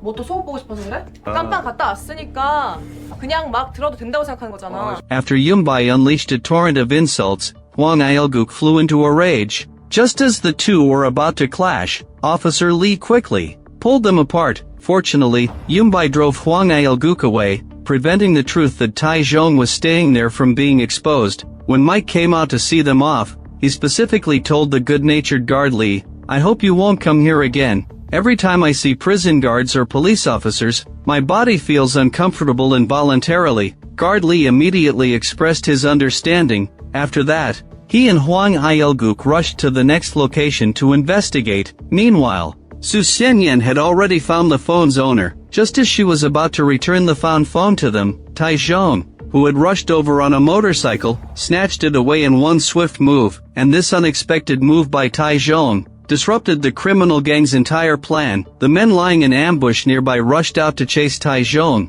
but unfortunately, two legs couldn't outrun a motorcycle. The news that the phone had been stolen reached the young master. The anger of things spiraling out of control again provoked the young master to smash his newly finished statue on the spot. It turned out that the young master had been hiding murder weapons in his statues, using them as leverage against those high-ranking officials and nobles. Mike and Taizhong had already found out that the person killed this time was a pianist, and the criminal gang intended to frame Su Xianyan for the murder. Although the people near the hair salon had all withdrawn, the crucial mobile phone was still in Taizhong's hands, and they would never let this go easily. Mike told Taizhong about the police visit. Upon hearing this, Taizhong wanted to leave to avoid implicating Mike, but Mike insisted that Taizhong stay. Mike's kindness almost brought Taizhong to tears. That night, Taizhong got on a bus and dialed the last number in the call log. On the stolen mobile phone, 이거 돌려주는 대가로 얼마까지 줄 수 있나? 얼마면 되는데? 큰 걸로 한 장. 알아서 준비해. the woman hurriedly reported the conversation to her boss. The boss sent men to accompany the woman to the transaction, ordering them to eliminate all loose ends after retrieving the phone. In this way, The woman rushed to the designated location as instructed by Tai Zhong. At this moment, a courier walked over. Tai Zhong told the woman to give the money to the courier, and only revealed the phone's location after confirming the money was received. As soon as the woman got the phone, she took a taxi and hurried back, with Tai Zhong following closely behind on his motorcycle. Just as they were on their way back, a female hitman eating rock sugar hawthorns met up with the young master. The young master assured the client on the phone that the presentation time would only be delayed, and the golden rescue period wasn't yet over. After hanging up the phone, the young master stared coldly at the man and said, "I never thought you'd make a mistake too. Curator, I don't want you to make a second one." 帮我扔掉。 The curator frantically tried to prove his worth to the young master, saying he had already sent men to retrieve the phone, and they would have it back soon. Unexpectedly, these words would become his death warrant. 내 허락도 없이 함부로 그런 결정 내렸다고? 2번 실수하지 말라고.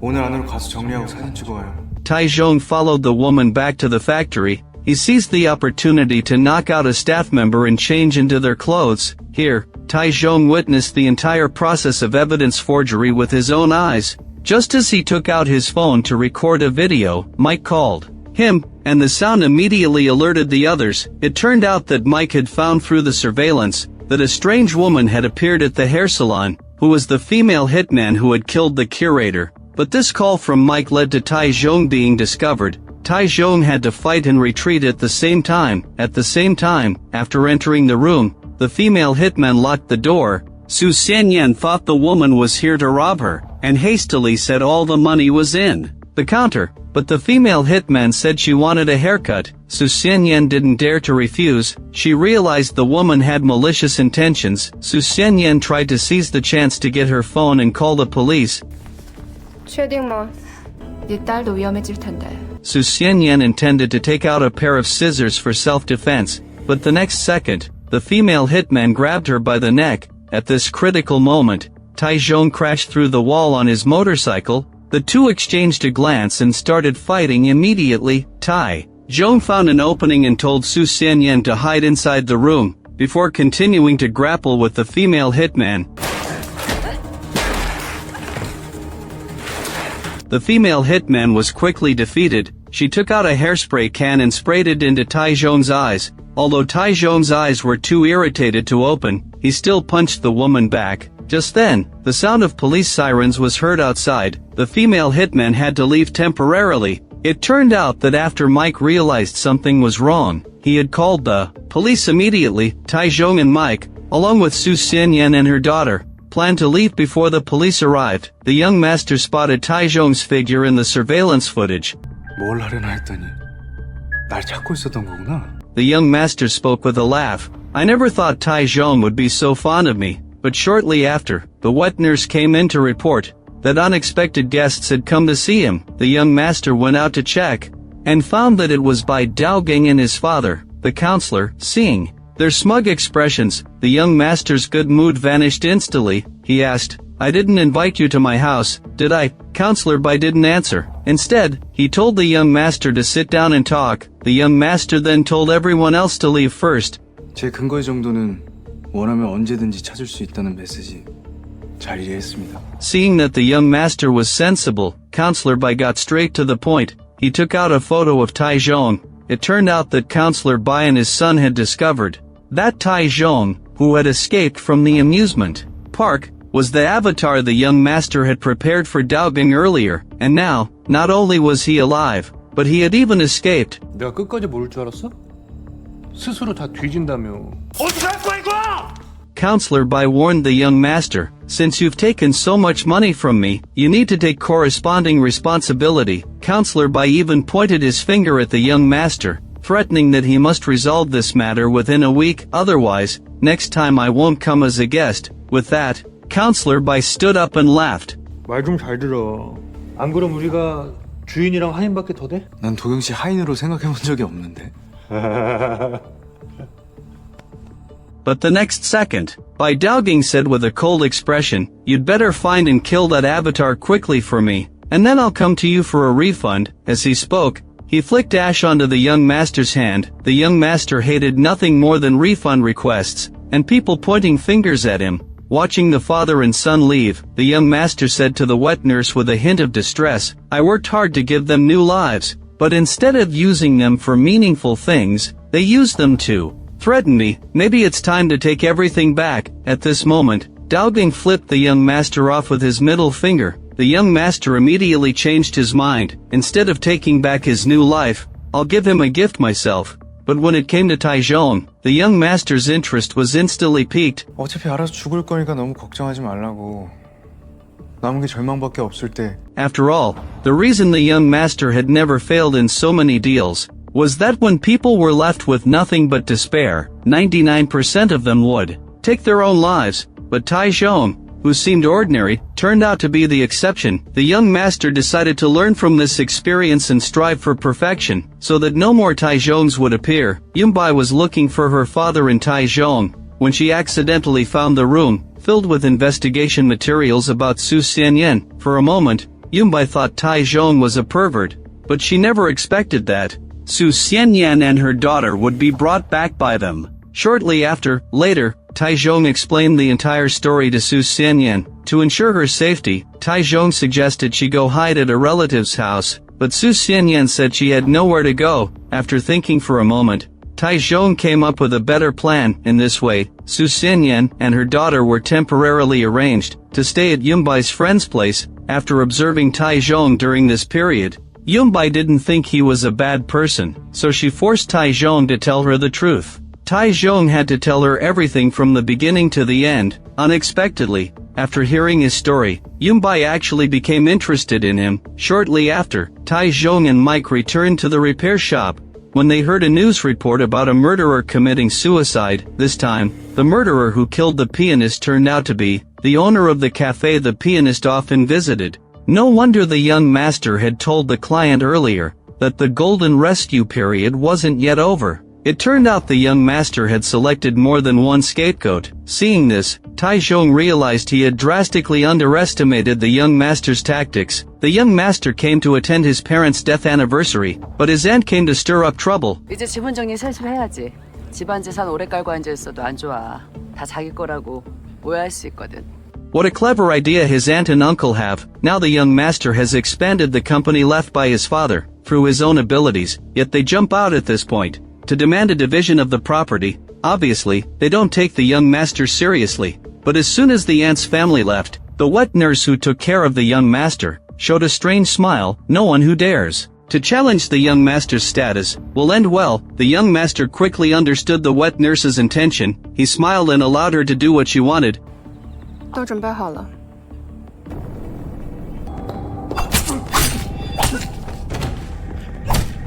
This way, the whole aunt's family was quickly killed by the female killer. Then the female killer handed the knife to the blind wet nurse and led her to the dying aunt. The tip of the knife was accurately aimed at the aunt's heart. Knowing she couldn't escape death, the aunt said angrily, "You bitch, I should have driven you away long ago." 니는 생모라는 거 요한이도 알고 있어.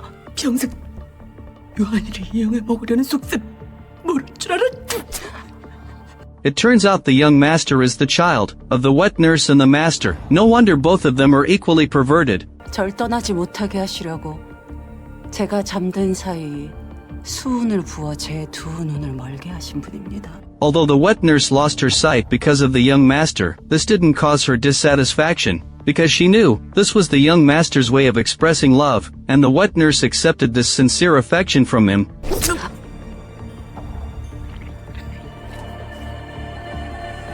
Taizhong returned to the evidence-forging factory once again. As soon as he entered, he saw the woman who had traded with him earlier, impaled to death with steel rods, and all the other people in the factory had also been silenced by the female hitman. It was clear that the young master had abandoned this place. The next second, the factory assembly line suddenly started running, and something was slowly conveyed along it, then rolled onto the ground. Taizhong widened his eyes and looked closely, and was horrified to see it was the head of the male hitman, who had killed his younger brother. Taizhong almost vomited. Later, he found a lot of documents, and a bag of money with his name on it on the table. Immediately after, the large screen lit up, displaying a message the young master had specially left for him. The young master said he had prepared a gift for Taizhong, and revealed that Daoging was the real murderer, even providing by Daoging's social media account, telling Taizhong to go find him quickly. 이제 제대로 된 길 찾아가야지, 박태중 씨. The young master smiled, as he hacked into the social media account of Bai Daoging, a second-generation official, and kindly set the account's privacy settings to public. This made it easier for Taizhong to accurately locate Bai Daoging. Soon Taizhong noticed that Bai Daoging's latest update clearly pointed to Busan, so Taizhong set off immediately. A revenge plan was about to unfold. On the other side, prison officer Li and criminal police Huang Rigua were still searching everywhere for traces of Taizhong. This time they went to question several of Taizhong's friends before he was imprisoned, but the friends said they didn't know either. Taizhong had refused to meet them since he was locked up. Naturally, they gradually lost contact, but the friends repeatedly emphasized, even now, they didn't believe Taizhong was a murderer. 세 분 우정이 아주 감동적입니다. Huang Rigua's provocative tone turned the atmosphere frosty. To avoid a conflict, prison officer Li pulled Huang Rigua and prepared to leave, but the next second, prison officer Li actually received a call from Taizhong. Taizhong calmly asked prison officer Li, what would happen if I caught the real murderer? Huang Rigua quickly snatched the phone, but before he could start swearing, Taizhong deliberately placed the phone on the table. Immediately, Huang Rigua and prison officer Li judged from the broadcast sound that Taizhong was currently at Busan Express bus terminal. While prison officer Li was still in a daze, Huang Rigua quickly contacted the police in Busan, then immediately drove straight to Busan to arrest him. At this time, Taizhong had already left the station. He rode his motorcycle at full speed. Meanwhile, Bai Daoging's accomplice Bob was playing an alternative game of golf. The younger brother who betrayed him was severely beaten by Bob. Before long, Bai Daoging walked over slowly, saying, "Why didn't you call me for something so fun?" It turned out that Bai Daoging had invested a large sum of money in Bob to run some illegal businesses. This time Bob brought Bai Daoging something good. He had actually hidden drugs inside golf balls. Bai Daoging immediately praised Bob for being capable and promised to invest another sum of money in him. 야, 애들 몇 명 불렀다. 제일 큰 배로 준비해줘. Bai Daoging planned to hold a secret party for the upper class on a boat tonight. They were determined to have the time of their lives. Mike couldn't get in touch with Taizhong for a long time, and he grew more and more anxious, because Taizhong's luggage was still at the repair shop. If he had left on his own, he would definitely have come to pick up his luggage, so Mike began to suspect that Taizhong had been arrested and taken back to prison. Seeing her father so worried, Linda said, "Why don't we go check and see?" So the two rushed to the prison immediately, but after asking the priest, Mike learned that Taizhong hadn't been taken back at all. But if he wasn't here, where on earth had he gone? At this point, Mike suddenly remembered that he had given Taizhong a mobile phone, and he had bought the SIM card inside for Taizhong. After that, the father and daughter immediately rushed to a business hall, and lied that the phone was lost, asking the staff to provide the phone's location. They found that Taizhong had actually gone to Busan. What Mike and Linda didn't know was that Huang Rigua had already made a backup plan. He had long suspected that Mike was secretly in contact with Taizhong, so he had been tracking Mike's whereabouts, and found that Mike had another phone, whose current location was in Busan. Therefore, Huang Rigua was convinced that this phone must be in Taizhong's hands. Only prison officer Li beside him seemed preoccupied. 박태중 씨, 전 사람을 죽이지 않았어요. 저 지금 진범 있는 곳에 와 있습니다. Taking advantage of Huang Rigua's inattention, prison officer Yang secretly checked the text message sent by Taizhong. It said Busan Terminal, along with the location and password of a certain storage locker. That night, Bai Daoging and Bob drove to the pier, but they almost hit a pedestrian. The pedestrian wanted to ask for an explanation, but was slapped several times by the arrogant Bai Daoging. If Bob hadn't pulled him away in time, it would probably have caused an even bigger trouble. At this time, Taizhong, who wasn't far away, watched Bai Daoging board the boat with his own eyes. Taizhong immediately followed and climbed over from another boat. Every move he made was watched closely by Bob. 오랜만이다, 딸배 새끼야.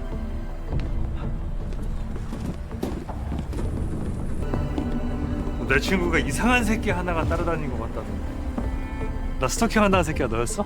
Faced with being surrounded by many people, Taizhong remained fearless. He's solemnly questioned by Daogung, "How have you been while I was in prison for you?" Unexpectedly, Bai Daogung said with a playful smile, "I've been great, eating well, drinking well, and surrounded by many beautiful women." 혹시 내가 매일 질질 짜면서 후회하고 반성하고 막 죄책감에 시달리면서 잠 못 자고 그럴 줄 알았어?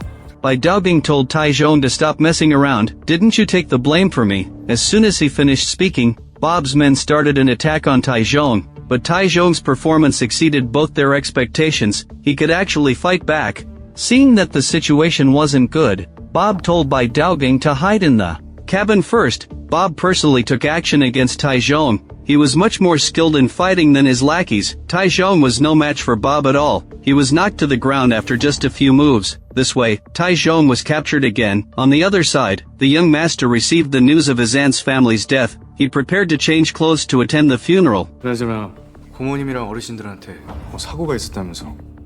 추모식 만찬 중에 큰 불이 났다고 합니다. 흔적도 없이 타버려서 사인을 알 수가 없네요.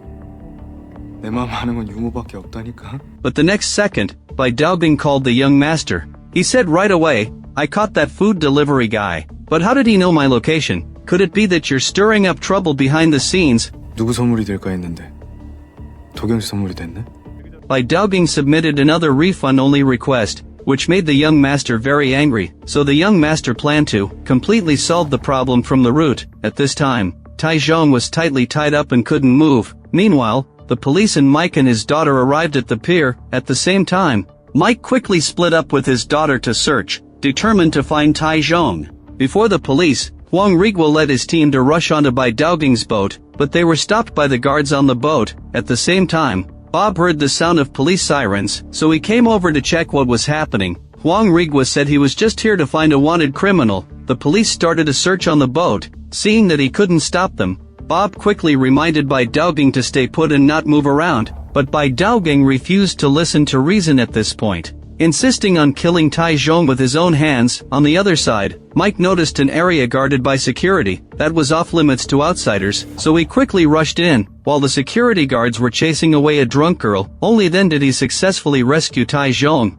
But just as the two were about to evacuate, they were spotted by Prison Officer Lee. Prison Officer Lee called out to them loudly, warning Mike that if he continued to be stubborn, the only outcome would be going back to prison again. Even if he didn't think about himself, he should think about his daughter. Prison Officer Lee persuaded Taizhong to come back first, saying he would definitely help him. But Mike told Prison Officer Lee not to just talk the talk, at least take some actual action. But just as they were about to leave, Huang Rigwa came out to interfere again. In the nick of time, Linda came to the rescue. After starting a surprise attack successfully, she urged the two to leave quickly, while using a fire extinguisher to block Prison Officer Lee. In the end, the three successfully escaped danger. Linda took the two to her best friend's house to lay low. But when Bai Daogung arrived at the warehouse, where Taizhong was held, it was already empty. Unable to find Taizhong, Bai Daogung could only fly into a futile rage, running outside the boat, shouting and throwing a tantrum. After sobering up the next day, the first person Bai Daogung suspected was the young master. He thought the young master didn't want to give a refund only, so he had someone kidnap Taizhong. 나한테 환불해 주기 싫어서 네가 몰래 빼돌렸냐고. 아직 누구 선물인지 안 정해진 거구나. 뭔 선물? The young master was tired of wasting words with a fool, so he hung up the phone. At this point, Taizhong was temporarily staying at Linda's friend's house. The recording made last night was almost useless, because Bai Daogung never personally admitted to the murder. Later, Mike also learned from Taizhong that he had taken the blame for Bai Daogung. 저는 그냥 사과를 받고 싶었나 봐요. 이번에 가서 제대로 된 사과 받자. 응? At the same time, Prison Officer Yang had already gotten Bai Daogung's information from the storage locker. Later, Bai Daogung asked Bob for help. He deliberately posted a status on social media, saying he would hold an event at 9 o'clock tonight, hoping to lure Taizhong into showing up voluntarily. After getting the information, Taizhong immediately transformed a drill into a nail gun. Preparing to seek justice for himself tonight, the young master took the initiative to approach Bai Daogung's mother, and struck up a conversation as Daogung's friend. The woman was amused by the young master and kept laughing. The next second, the person the young master really wanted to see appeared. It was Bai Daogung's father, Counselor Bai. The moment he saw the young master, Counselor Bai's expression changed. It was clear that the young master also had a grasp of Counselor Bai's movements. Just then, Counselor Bai's wife needed to go to the bathroom, leaving room for the two to talk. Counselor Bai told the young master to cut to the chase, and asked what his real purpose was for coming today. The young master told him the truth. The avatar who escaped yesterday has gone to find your son. If you, Counselor Bai, ask me for help, I am willing to be your bodyguard again. But after listening, Counselor Bai showed a sneering smile. He asked the young master bluntly, do you really think I hired you, only because I couldn't deal with the avatar myself? 사람마다 다 어울리는 일이 있어. 내가 내다버린 배설물 치우는 게 바로 네 눈밀이야.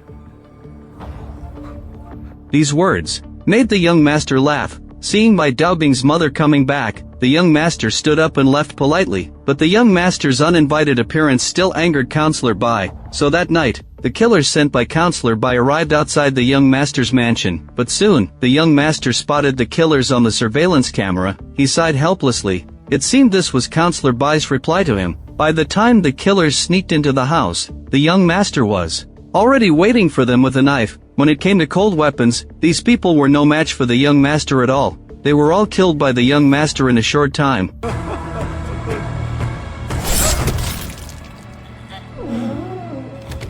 Tycoon and Mike were sitting together chatting. Mike rarely talked about the reason he went to prison. Back then, he and his wife had a quarrel because of drinking. Angry, Mike ran out to buy a pack of cigarettes, but when he came back, the house was already on fire. It was because Mike had forgotten to put out his cigarette when he left. At that time, Mike should have rushed in to save his wife, but he didn't dare to take a single step because of fear. In the end, the police determined that Mike had intentionally set the fire to kill his wife. Linda also blamed her father for this incident all along. At the same time, the young master didn't forget to urge Huang Rigua to find Tycoon as soon as possible. In fact, the young master had always had a question in his mind. Why would Mike and his daughter help Tycoon unconditionally? Tycoon had neither money nor power, and there was no blood relationship between them. The young master couldn't understand this situation, and what he couldn't stand most was not being able to figure out things that aroused his curiosity. So the young master planned to meet the two in person,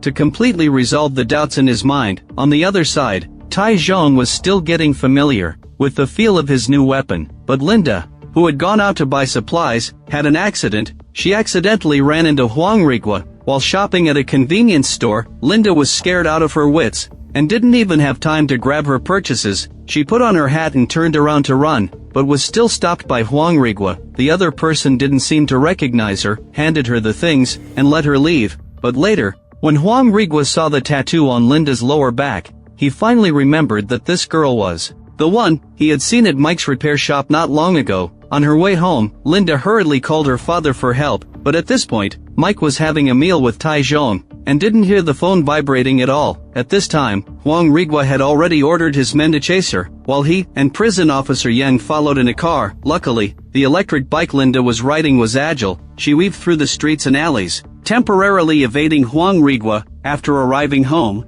Linda quickly told Tycoon and Mike what had happened. The three immediately started preparing. When the police chased to Linda's best friend's house, Mike stepped on the gas and rushed out with his daughter in the car. The police's attention was instantly attracted, and they all drove to chase Mike's car. Tycoon, on the other hand, slipped into an alley, got on his motorcycle, and left quickly. After stopping Mike and his daughter, Huang Rigua questioned them aggressively, but Mike and his daughter looked calm and said they had only come to add windshield wiper fluid. Huang Rigua refused to give up and pressed Mike why he had run away just now. Mike still fobbed him off with his old excuse, saying he had been in prison and felt uncomfortable all over when he saw the police, and of course he would run when chased by police cars. His words left Huang Rigua tongue-tied. He had to contact his lackeys who were searching the house to ask if they had found any trace of Tycoon. After receiving a negative reply, Huang Rigua flew into a rage, but could only watch Mike and his daughter leave. But as soon as the two went back to Linda's best friend's house, they noticed a luxury car parked at the door. A strange man was standing in the yard. It was the young master who had come looking for them. When they saw Linda's best friend lying unconscious on the ground, the two immediately realized that the young master had come with ill intentions. The young master told Linda not to worry, that the girl was only temporarily unconscious. 박태중이 두 사람한테 뭘 줬어요? 아니, 살인범 도와주는 게 어떤 건지 본인들도 잘 알 테고. the young master asked curiously. Did you two risk your lives to help Tycoon? Because you got benefits from him. But this guess was immediately denied by Mike, and the hot-tempered Linda was already ready to throw a punch. But the next second, the young master said, you two reunited after 20 years. How can you get along harmoniously? Isn't he the one who killed your mother? Linda flew into a rage on the spot. After hearing that, but before her fist could land, she was pushed away by the young master. Mike quickly rushed forward to protect his daughter, then he turned around and tried to stop the young master, but was also knocked to the ground with a punch. Seeing that Mike dared to resist him, the young master sneered and broke Mike's fingers. Then he stood up and left indifferently. After all, he hadn't yet determined who was the gift between Tycoon and Bai Daoging. In the evening, Bai Daoging and Bob were already waiting for Tycoon. Tycoon took another look at Bai Daoging's social media post. After confirming the other person's location, he rode his motorcycle and rushed over at full speed. Soon Tycoon arrived at the destination. He carried a heavy backpack and walked up to the roof. The next second, Bob's men immediately surrounded him. Tycoon showed no fear on his face, his eyes fixed on Bai Daoging directly in front of him, filled with cold murderous intent. 제값 치러라 이젠. 야, 그거 다 안 대표가 짬판인데 왜 나한테 와서 지랄이야? But at this point, Tycoon still didn't understand what this sentence meant. Bai Daoging couldn't explain the truth clearly either. Moreover, Bai Daoging thought that as long as Tycoon died here, all the drama and bad blood finally came to an end. But as soon as Tycoon heard that, he pulled out a modified air gun from his bag with a backhand. Bai Daoging was so scared that he quickly hid behind Bob. Bob, on the other hand, had been watching the show leisurely, but soon he realized that his men were no match at all, so Bob told Bai Daoging to stay away, and not get in his way. But immediately after, Tycoon emptied all the steel nails in the gun. Bob rushed forward and knocked Tycoon to the ground. After regaining his composure, Tycoon immediately picked up a firewood stick nearby, but after a few strikes, his attack was deflected by Bob. Then Tycoon took another round of heavy blows. Luckily, Bob was caught off guard by Tycoon, who started a fierce counterattack. He even had his self-defense gun knocked out of his hand. Tycoon picked up the gun and hurried to chase the fleeing Bai Daoging. Bai Daoging, who was waiting downstairs in fear, quickly got into his car and prepared to make a run for it. Unexpectedly, Tycoon jumped down from the building. Bai Daoging immediately stepped on the gas to shake off Tycoon, but Tycoon had no intention of letting him go. He got on his motorcycle and started chasing. Immediately after, Bob also led his men to join the car chase. This way, 3 groups of people chased each other on the road. Although Bai Daoging's car had good performance, Tycoon's motorcycle had stronger acceleration and explosive power, coupled with its agility in overtaking. It could closely follow behind Bai Daoging's car, but before long, 2 side-by-side cars blocked Bai Daoging's path. This caused all cars in the tunnel to slow down. Bob and his men took the opportunity to catch up with Tycoon and aimed their pistols at him. Tycoon had to take cover behind a car. When the other side had used up all their bullets and were reloading, Tycoon quickly accelerated and rushed forward. Bai Daoging, honking his horn frantically, finally got the 2 slow-moving cars to make way. But the next second, Tycoon rushed over. He even swerved his motorcycle to get in front of Bai Daoging's car. Just as Bai Daoging tried to hit him, Tycoon suddenly twisted the throttle and rode onto the tunnel wall. He turned around, pulled out his pistol, and accurately shot Bai Daoging's car window.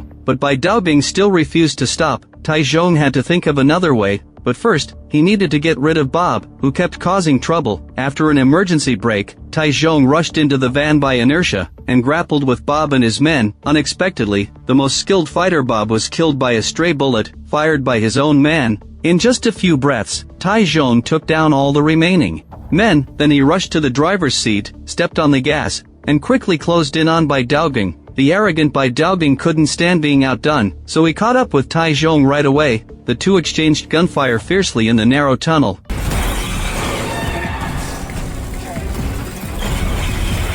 But Tycoon's driving skills were still superior. He used an American-style pit maneuver to pin Bai Daoging's car to the front. But at this point, a large truck was speeding toward them. Tycoon quickly swerved to avoid it when he saw it, but Bai Daoging's car was hit head-on by the truck. After regaining his composure, Tycoon quickly got out of the car. He dragged the dying Bai Daoging out of the wreckage. Tycoon took out his phone, turned on the recorder, and demanded that he tell the whole truth. But before he died, Bai Daoging only said, "Kill me." Just then, Bai Daoging's phone suddenly rang. Looking at the caller ID, Tycoon suddenly remembered what Bai Daoging had said earlier. that the young master was pulling the strings behind the scenes. After answering the call and hearing no sound from the other side, the young master immediately said with a smile, "It seems the person I was expecting answered the phone." 2802번 비타민 C. 그래서 필요한 게 뭐라고요?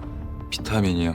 Only now did Taejong suddenly realize he had already met the real culprit behind the scenes a long time ago. He regretted not noticing it earlier, otherwise, he wouldn't have wasted so much time. Soon Taejong noticed the young master staring at him not far away. When he saw Taejong looking over, the young master even pretended to greet him politely. He truly admired Taejong and wanted to recruit him into his camp. The young master promised not only to give Taejong money, but also to help him restore his normal identity.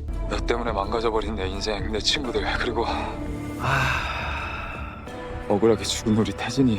The young master said slowly with a playful smile on his face, "Your younger brother died because of a bracelet, and I also got rid of the killer who murdered your brother. Logically speaking, you should even thank me." Taejong gritted his teeth in anger and roared, vowing to bring the young master down completely, but the young master didn't take Taejong's threat seriously at all. After parting with Taejong, the young master immediately went to Counselor Bai's house. He personally stabbed a fruit knife into Counselor Bai's throat. Naturally, the counselor's wife didn't escape either. In fact, the young master had rarely acted personally in recent years, because doing so would prevent him from seeing the whole picture. But for distinguished guests like Counselor Bai, he was still very willing to serve them personally. While Counselor Bai was still alive, the young master shared another secret with him. When he was 16 years old, his parents planned to donate most of their property to the temple they frequented. The young master couldn't accept this result at all, so he cruelly killed his parents, stabbing them more than 130 times in total. Just as the young master was worrying about how to cover up the crime, the evening news was broadcast on TV, saying that an escaped murderer had broken into the wealthy neighborhood where the young master lived. The young master immediately had a brainstorm and called the police, lying that his parents had been killed by that murderer. 2 days later, the murderer was shot and killed on the spot by the police while fleeing. It was from that moment on that the young master realized this was a really good method, and he had been using it until today. After sharing the secret, the young master killed Counselor Bai. Then the cleaning team arrived at the scene and repeated the work they had done countless times. The next day, the young master slowly walked into Mike's repair shop and found a photo of Mike and his daughter. An evil smile curled up at the corner of his mouth. Then he picked up a lighter and set the photo on fire. 이번에 어떻게 할지 궁금하네, 박태준. It was clear that, this time he planned to frame Mike as the killer of the counselor. Sure enough, early the next morning, Detective Huang Rigua, who was out hunting for Taejong, received a call from his superior. After hanging up the phone, Huang Rigua told police officer Lee to go back, saying he was going to arrest Mike. 대체 이유가 뭐랍니까? 예? 그쪽이나 나나 까라면 까는 사람들인데 이유가 뭐가 중요해? Seeing police officer Lee's firm attitude, Huang Rigua smiled and asked him to get in the car and come along. Meanwhile, Mike, who knew nothing about this, was still planning to go to Seoul to find Taejong. But before he could set off, several police cars suddenly appeared in front of him. Mike was then pinned to the ground. Police officer Lee immediately tried to rush forward, but was stopped by the other officers. 당신을 백상만 의원 살해 용의자로 긴급 체포합니다. 잘 돼요. 뭔 소리야? 그런 적 없어! Amid Inbi's angry roars, the innocent Mike was ruthlessly shoved into a police car. When Mike was taken to the police station, a group of journalists who had been waiting rushed over immediately. The trick was exactly the same as when they framed Taejong. It didn't take long for the news to reach Taejong, and he immediately showed a look of shock and pain. On the other side, at the police station, Mike repeatedly insisted he hadn't killed the counselor. He had no grudge against the man, so why would he kill him? But the police took out several crime scene photos, saying they had found a threatening letter written by Mike, and key evidence such as DNA at the scene. The police thus concluded that Mike's act wasn't impulsive, but a premeditated murder. Later, the police also found the victim's DNA at Mike's home. Mike knew right away that those people were behind it, but his protests were useless in the face of power and the so-called irrefutable evidence. What upset Mike even more was that Huang Rigua actually planned to drag his daughter Inbi into this mess. At the same time, Taejong, who had heard the news, hurried back to the repair shop, only to find a hidden camera. Taejong instantly realized this was another trick by the young master. He tore the camera off and smashed it to the ground. Later, Taejong found the distraught Inbi. By then, Inbi had lost all hope. Even if they knew her father was innocent, what good would it Do, Taizhong held Inbi's trembling hands tightly, and said in a deep yet firm voice, Mike's suffering is all my fault. I will find a way to fix this no matter what. With that, Taizhong left without looking back. At this point, the young master had finished another new sculpture. His nanny had been keeping count for him, and with this one, he had completed 100 works. The nanny asked if he wanted to hold a commemorative exhibition at the auction to celebrate such a meaningful number. 금세기 최고의 작가 하를리 안요한. The young master thought the nanny's suggestion was excellent. He really didn't want to stay hidden behind the scenes forever, and the nanny planned to buy this 100th work, believing that only she knew the true value of this piece. As the perverted mother and son chatted enthusiastically, Taizhong called the young master. In fact, the young master had long guessed Taizhong would call, so his tone was very calm. But Taizhong angrily questioned him. I have no grudge against you. Why do you keep targeting me? Unexpectedly, the reason the young master gave was simply absurd. 그냥 내가 필요한 곳에 당신들이 있었어요. It's like when people walk on the road, sometimes they accidentally step on ants. Would anyone apologize to an ant? Or do you remember how many small bread rolls you've eaten? Of course not. It turned out that in the young master's eyes, those scapegoats were nothing more than ants on the road. Later, the young master gave Taizhong two options: either return to the tunnel where he was first framed, the murder weapon that killed Counselor Bai was in the phone booth, and he should take it to the police station to surrender, or write the amount of money he wanted on the check, and work for the young master from then on. The young master was truly vicious, setting a trap using what Taizhong valued most. 사람이 죽기 직전에 다 받아들이려고 하는 본능 같은 게 있나 봐. 그래, 네가 이겼다. 이긴 건 내가 진즉에 이겼고. But Taizhong didn't act as the young master had expected. He resolutely hung up the phone and rode his motorcycle straight to the police station. This sight made the young master fly into a rage. On the other side, Mike, locked up in the detention center, couldn't stop thinking about the past with his daughter Inbi. When he first went to prison, little Inbi would always come to visit him. But Mike felt sorry for his daughter, and didn't want her to keep coming to a place like prison, so he lied about working there and insisted she stop visiting. He even told her to pretend she didn't have a father for the time being. 아빠가 어딨어? 지금부터 아빠 아니라니까! 너한테 이제 아빠 없어! Mike's intentions were good. He didn't want his daughter to be dragged down by a father in prison, but this approach created a rift between father and daughter. The day Mike was released and went back to the repair shop, he happened to run into Inbi. Inbi didn't show the slightest smile when she saw her father released from prison. When she noticed the overnight supplies in his bag, she even announced she was moving out of the repair shop. Seeing this, Mike quickly said he would find another place to stay. But Inbi immediately chased after him, her eyes filled with tears. I was already planning to move out, don't you understand? Although Inbi had resented her father all these years, she had also cared about him deeply the whole time. What's more, Inbi wasn't in need at all. She used to make up excuses to ask for money, but it was just a way to keep her father close to her. The more Mike thought about it, the more distressed he felt. He would never allow Inbi to be dragged into this mess. The next day, when Inbi came to visit with a lawyer, Mike quietly told her, no matter what anyone asks you, don't say a word. He also told her to take the savings from the drawer. As soon as he finished speaking, Mike was urged to leave the visiting room. Then, to protect his daughter from being implicated, Mike openly confessed to killing Counselor Bai. Major news outlets and media rushed to cover the story. When police officer Lee saw the news that Mike had confessed, he immediately rushed to the police station to watch the interrogation. After watching carefully for a long time, he sternly questioned Huang Rigua, why are you framing Mike? Police officer Lee had worked in the prison for so many years, and seen all kinds of criminals. He could tell at a glance who was truly confessing, and who was taking the blame to protect their family. He saw through it right away. 자기 딸 보호하겠다고 거짓말하고 있는 겁니다. 그래요? 나는 본인 자백처럼 들리던데. But police officer Lee was just a prison guard after all. He had no right to take part in police investigations. There was nothing he could do to help Mike, who had been wrongfully framed. If Taizhong didn't surrender himself, Mike would most likely not survive if he went back to prison this time. But no one expected that. Taizhong actually came to the police station with that murder weapon and surrendered, taking all the blame for Mike. And with Taizhong's surrender, Mike was naturally no longer detained. When Mike was released, he saw Taizhong, and only then did he understand why he had been set free so smoothly. He wanted to say something, but was quickly pulled away by the police, and just like that, Taizhong sat down in the seat where Mike had just been. Before long, Mike went back to the repair shop safe and sound. When Inbi saw her father, she couldn't hold back her emotions any longer.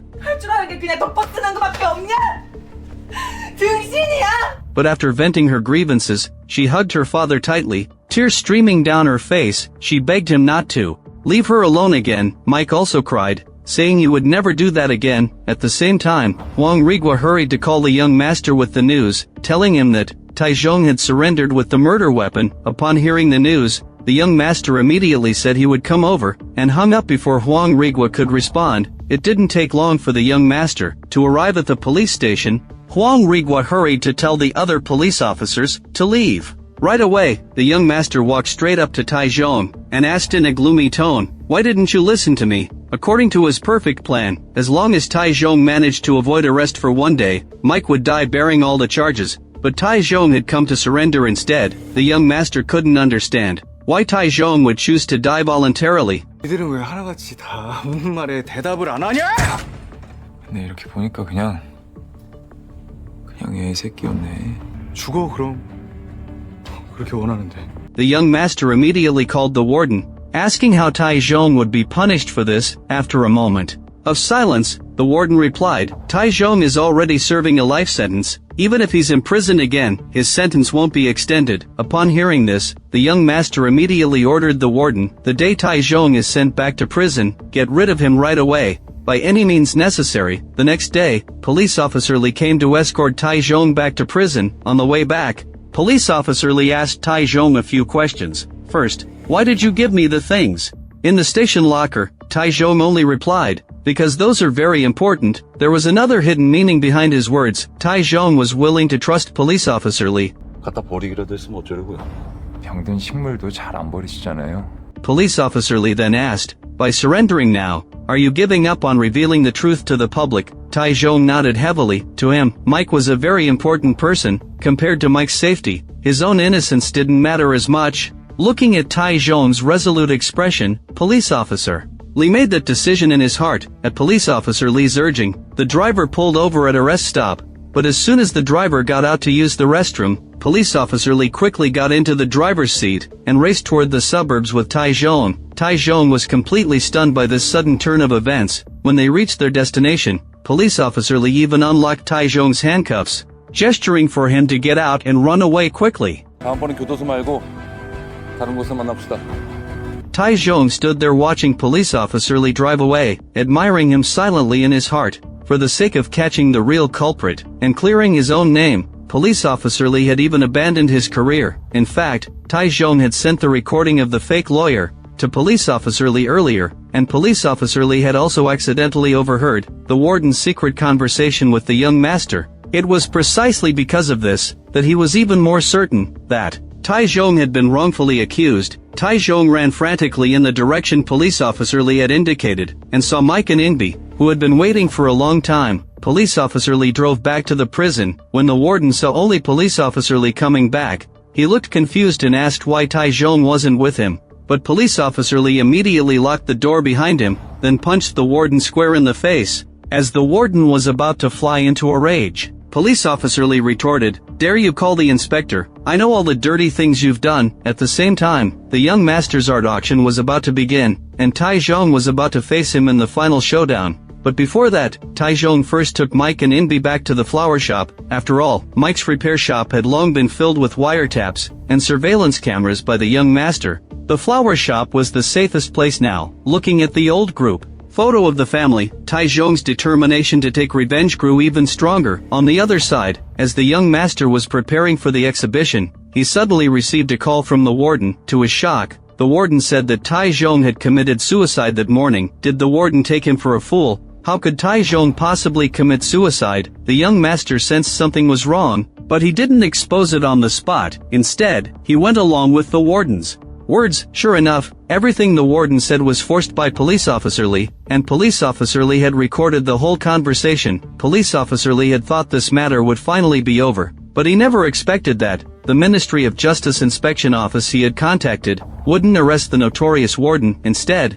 they took him away on charges of accepting bribes. The warden wasn't surprised at all by this. Tai Zhong and the other two had completely figured out the young master's pattern. A murder would happen either 10 days before or after an auction, and a suspect would always be arrested within a week of the crime. The sculptures were what the young master received in exchange for covering up the murders. Now the whole criminal chain had been uncovered, but this alone wasn't enough. It was impossible to bring down a powerful figure like the young master. Tai Zhong had to find more crucial evidence. Soon, the day of the auction arrived. The young master made his debut as the artist gallery for the first time. When all the guests had gathered in the auction hall, the young master's 100th work officially went up for auction. The nanny had planned to buy the piece, but a mysterious guest from the VIP room upstairs suddenly started bidding. As the two sides competed back and forth, the price of the sculpture soared, far exceeding the young master's previous auction records. It was clear that the other person had come specifically for the young master. In the end, the person in the VIP room raised the price to 10 billion won. 이 작품의 주인은 아무래도 따로 있나 봅니다.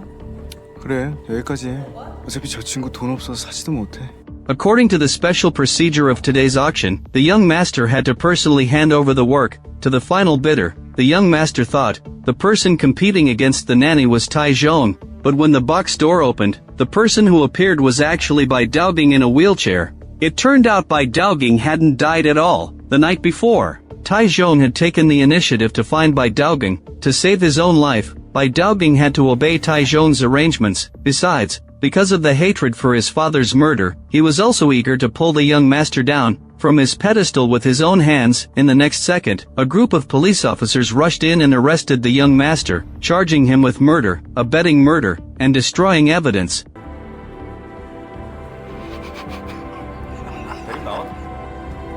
But even if the young master was truly arrested, Tai Zhong knew very well that he would be released soon. After all, everyone who had commissioned the young master was a person of great power. How could they let the young master fall so easily and betray them? Therefore, to completely bring down the young master, they had to get all the evidence in his hands, and today was the perfect opportunity. Tai Zhong decided to sneak into the young master's house to look for evidence while he was away. On the other side, Bai Daoging went to the police station to identify the young master. Even if he would also face legal punishment, he didn't hesitate to expose all the young master's dirty deeds. But that night, the nanny handed a note to her lackey, telling him to take care of something. Then she asked the female assassin to pick up the young master. On the way transporting the exhibition items to the villa, Tai Zhong's three good friends suddenly blocked the road. Tai Zhong, wearing a staff uniform, drove a transport vehicle and sneaked into the motorcade. As he drove, Tai Zhong told Inbi to go home quickly. He knew that the young master's men would definitely go after Mike and his daughter, so he told Inbi to go back to Mike. He told her to call him immediately if anything happened. But at this point, Lu Dishio, a serious criminal who hadn't appeared in a long time, made a grand entrance. Naturally, he had been summoned by the young master's men.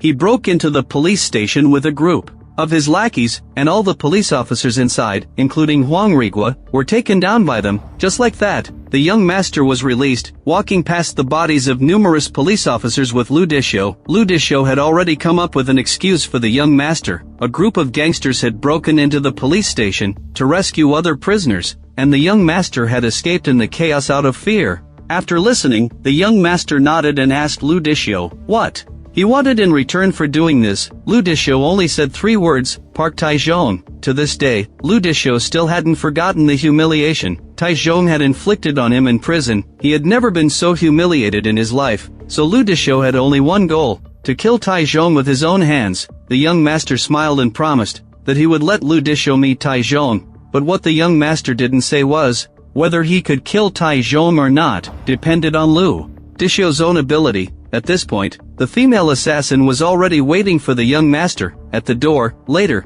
the young master laughed wildly, speeding down the road and crashing recklessly. Meanwhile, Tai Zhong had already sneaked into the young master's villa, figuring out how to get into the control room. On the other side, Mike heard a noise outside and thought it was Imbi coming back. But it was actually the female assassin who broke in. The young master, on his part, found Bai Daoging, who flipped him off again. This time, he decided to punish Bai Daoging himself.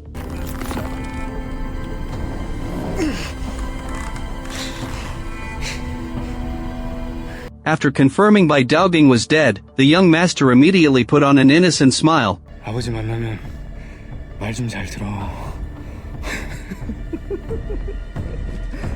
When Inbi rushed back, she immediately saw the female assassin stabbing a knife into Mike's chest. When she saw Inbi enter, the female assassin smiled and said, "Don't worry, I'll take care of you soon too." Inbi panicked, hurriedly grabbing something to stop the female assassin, but the female assassin didn't care if Mike was dead or alive. She immediately turned her target to Inbi. Inbi was no match for her. In the nick of time, Mike used his last bit of strength to hold onto the female assassin, buying Inbi time to escape. The female assassin sneered, pulled out her knife, and continued chasing Inbi, but Inbi, who pretended to flee, started a successful sneak attack. Unluckily, instead of finishing the assassin off, Inbi hurried to check on her father's condition.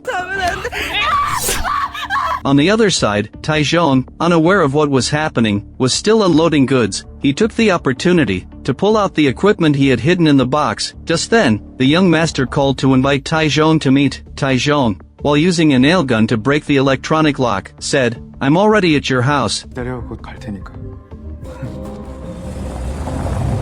Just like that, Tycoon broke into the monitoring room and successfully found the hard drive storing the evidence. But the moment he pulled out the hard drive, the alarm suddenly went off. Even though Tycoon rushed out before the gate closed, he immediately came face to face with Ludicio, who had been waiting. Tonight, Ludicio had brought many lackeys with him, determined to tear Tycoon to pieces, but Ludicio's wish wouldn't come true. Tycoon held the nail gun and fought while retreating. Ludicio calmly picked up a crossbow and followed closely behind. Later, Tycoon and the thugs fought all the way to the exhibition room. During the fight, Tycoon casually grabbed a sculpture and knocked down an enemy, but the opponent's cheek was cut. It was then that Tycoon realized the sculpture contained the murder weapon from the corresponding case. After Tycoon took care of all the thugs, Ludicio finally stepped forward to fight Tycoon head-on. Fighting here had one advantage: there was no shortage of weapons. If you had nothing in hand, just smash a sculpture. The two fought fiercely like this. After a long stalemate,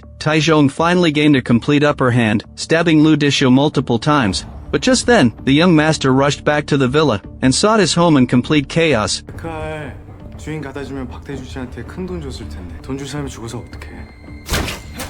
In fact, the young master had long known Tycoon would come. He had deliberately let Tycoon in. Otherwise, how could Tycoon have broken into the monitoring room so easily? The young master did all this simply to make the game more interesting. He had long grown tired of the game of covering up crimes, but Tycoon's appearance had rekindled his enthusiasm. It was like a hunter finally encountering a worthy prey, so he was determined to enjoy this to the fullest. But Tycoon told the young master word by word, "Tomorrow morning, everything will be made public, including all the things you've done." The young master chuckled, picked up a samurai sword, and said to Tycoon, "What you're looking for is actually here. The hard drives you put in your bag will automatically erase themselves as soon as you open them." Then the female assassin arrived, escorting Inbi. The young master smiled and told Tycoon to make a choice: either drop your weapon and wait to die, or kill Ludicio. If you do, I'll let Inbi go. After a moment's hesitation, Tycoon chose to drop his weapon. The young master sighed and pulled out his samurai sword.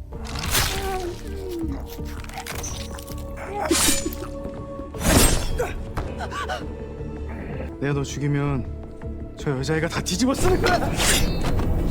In the next second, the three immediately engaged in a melee. Tycoon grabbed whatever weapon he could get his hands on, and quickly knocked the female assassin unconscious first. Now the young master was left fighting alone. The young master was probably too excited. His sword swings weren't as accurate as before. This gave Tycoon a chance to fight back. The two fought all the way to the monitoring room. Tycoon pinned the young master to the ground and started beating him fiercely. Even at a time like this, the young master kept provoking Tycoon, even playing the video of Tycoon's younger brother being killed. He seemed to be deliberately goading Tycoon into killing him. The young master wanted to see Tycoon break down, to see him lose his mind with anger and commit murder. He wanted everything to be back under his control, even if the price was his own life. Then, filled with rage, Tycoon glared fiercely and stabbed the knife into the young master's body. The young master stared at Tycoon's face, not missing a single subtle expression. But what the young master didn't expect was, even though Tycoon had stabbed the knife straight through his body, pinning him firmly against the large screen behind, Tycoon never took his life. 내가 널 죽이면 뭐가 달라질 수 있어? 지랄하지 말고 죽여.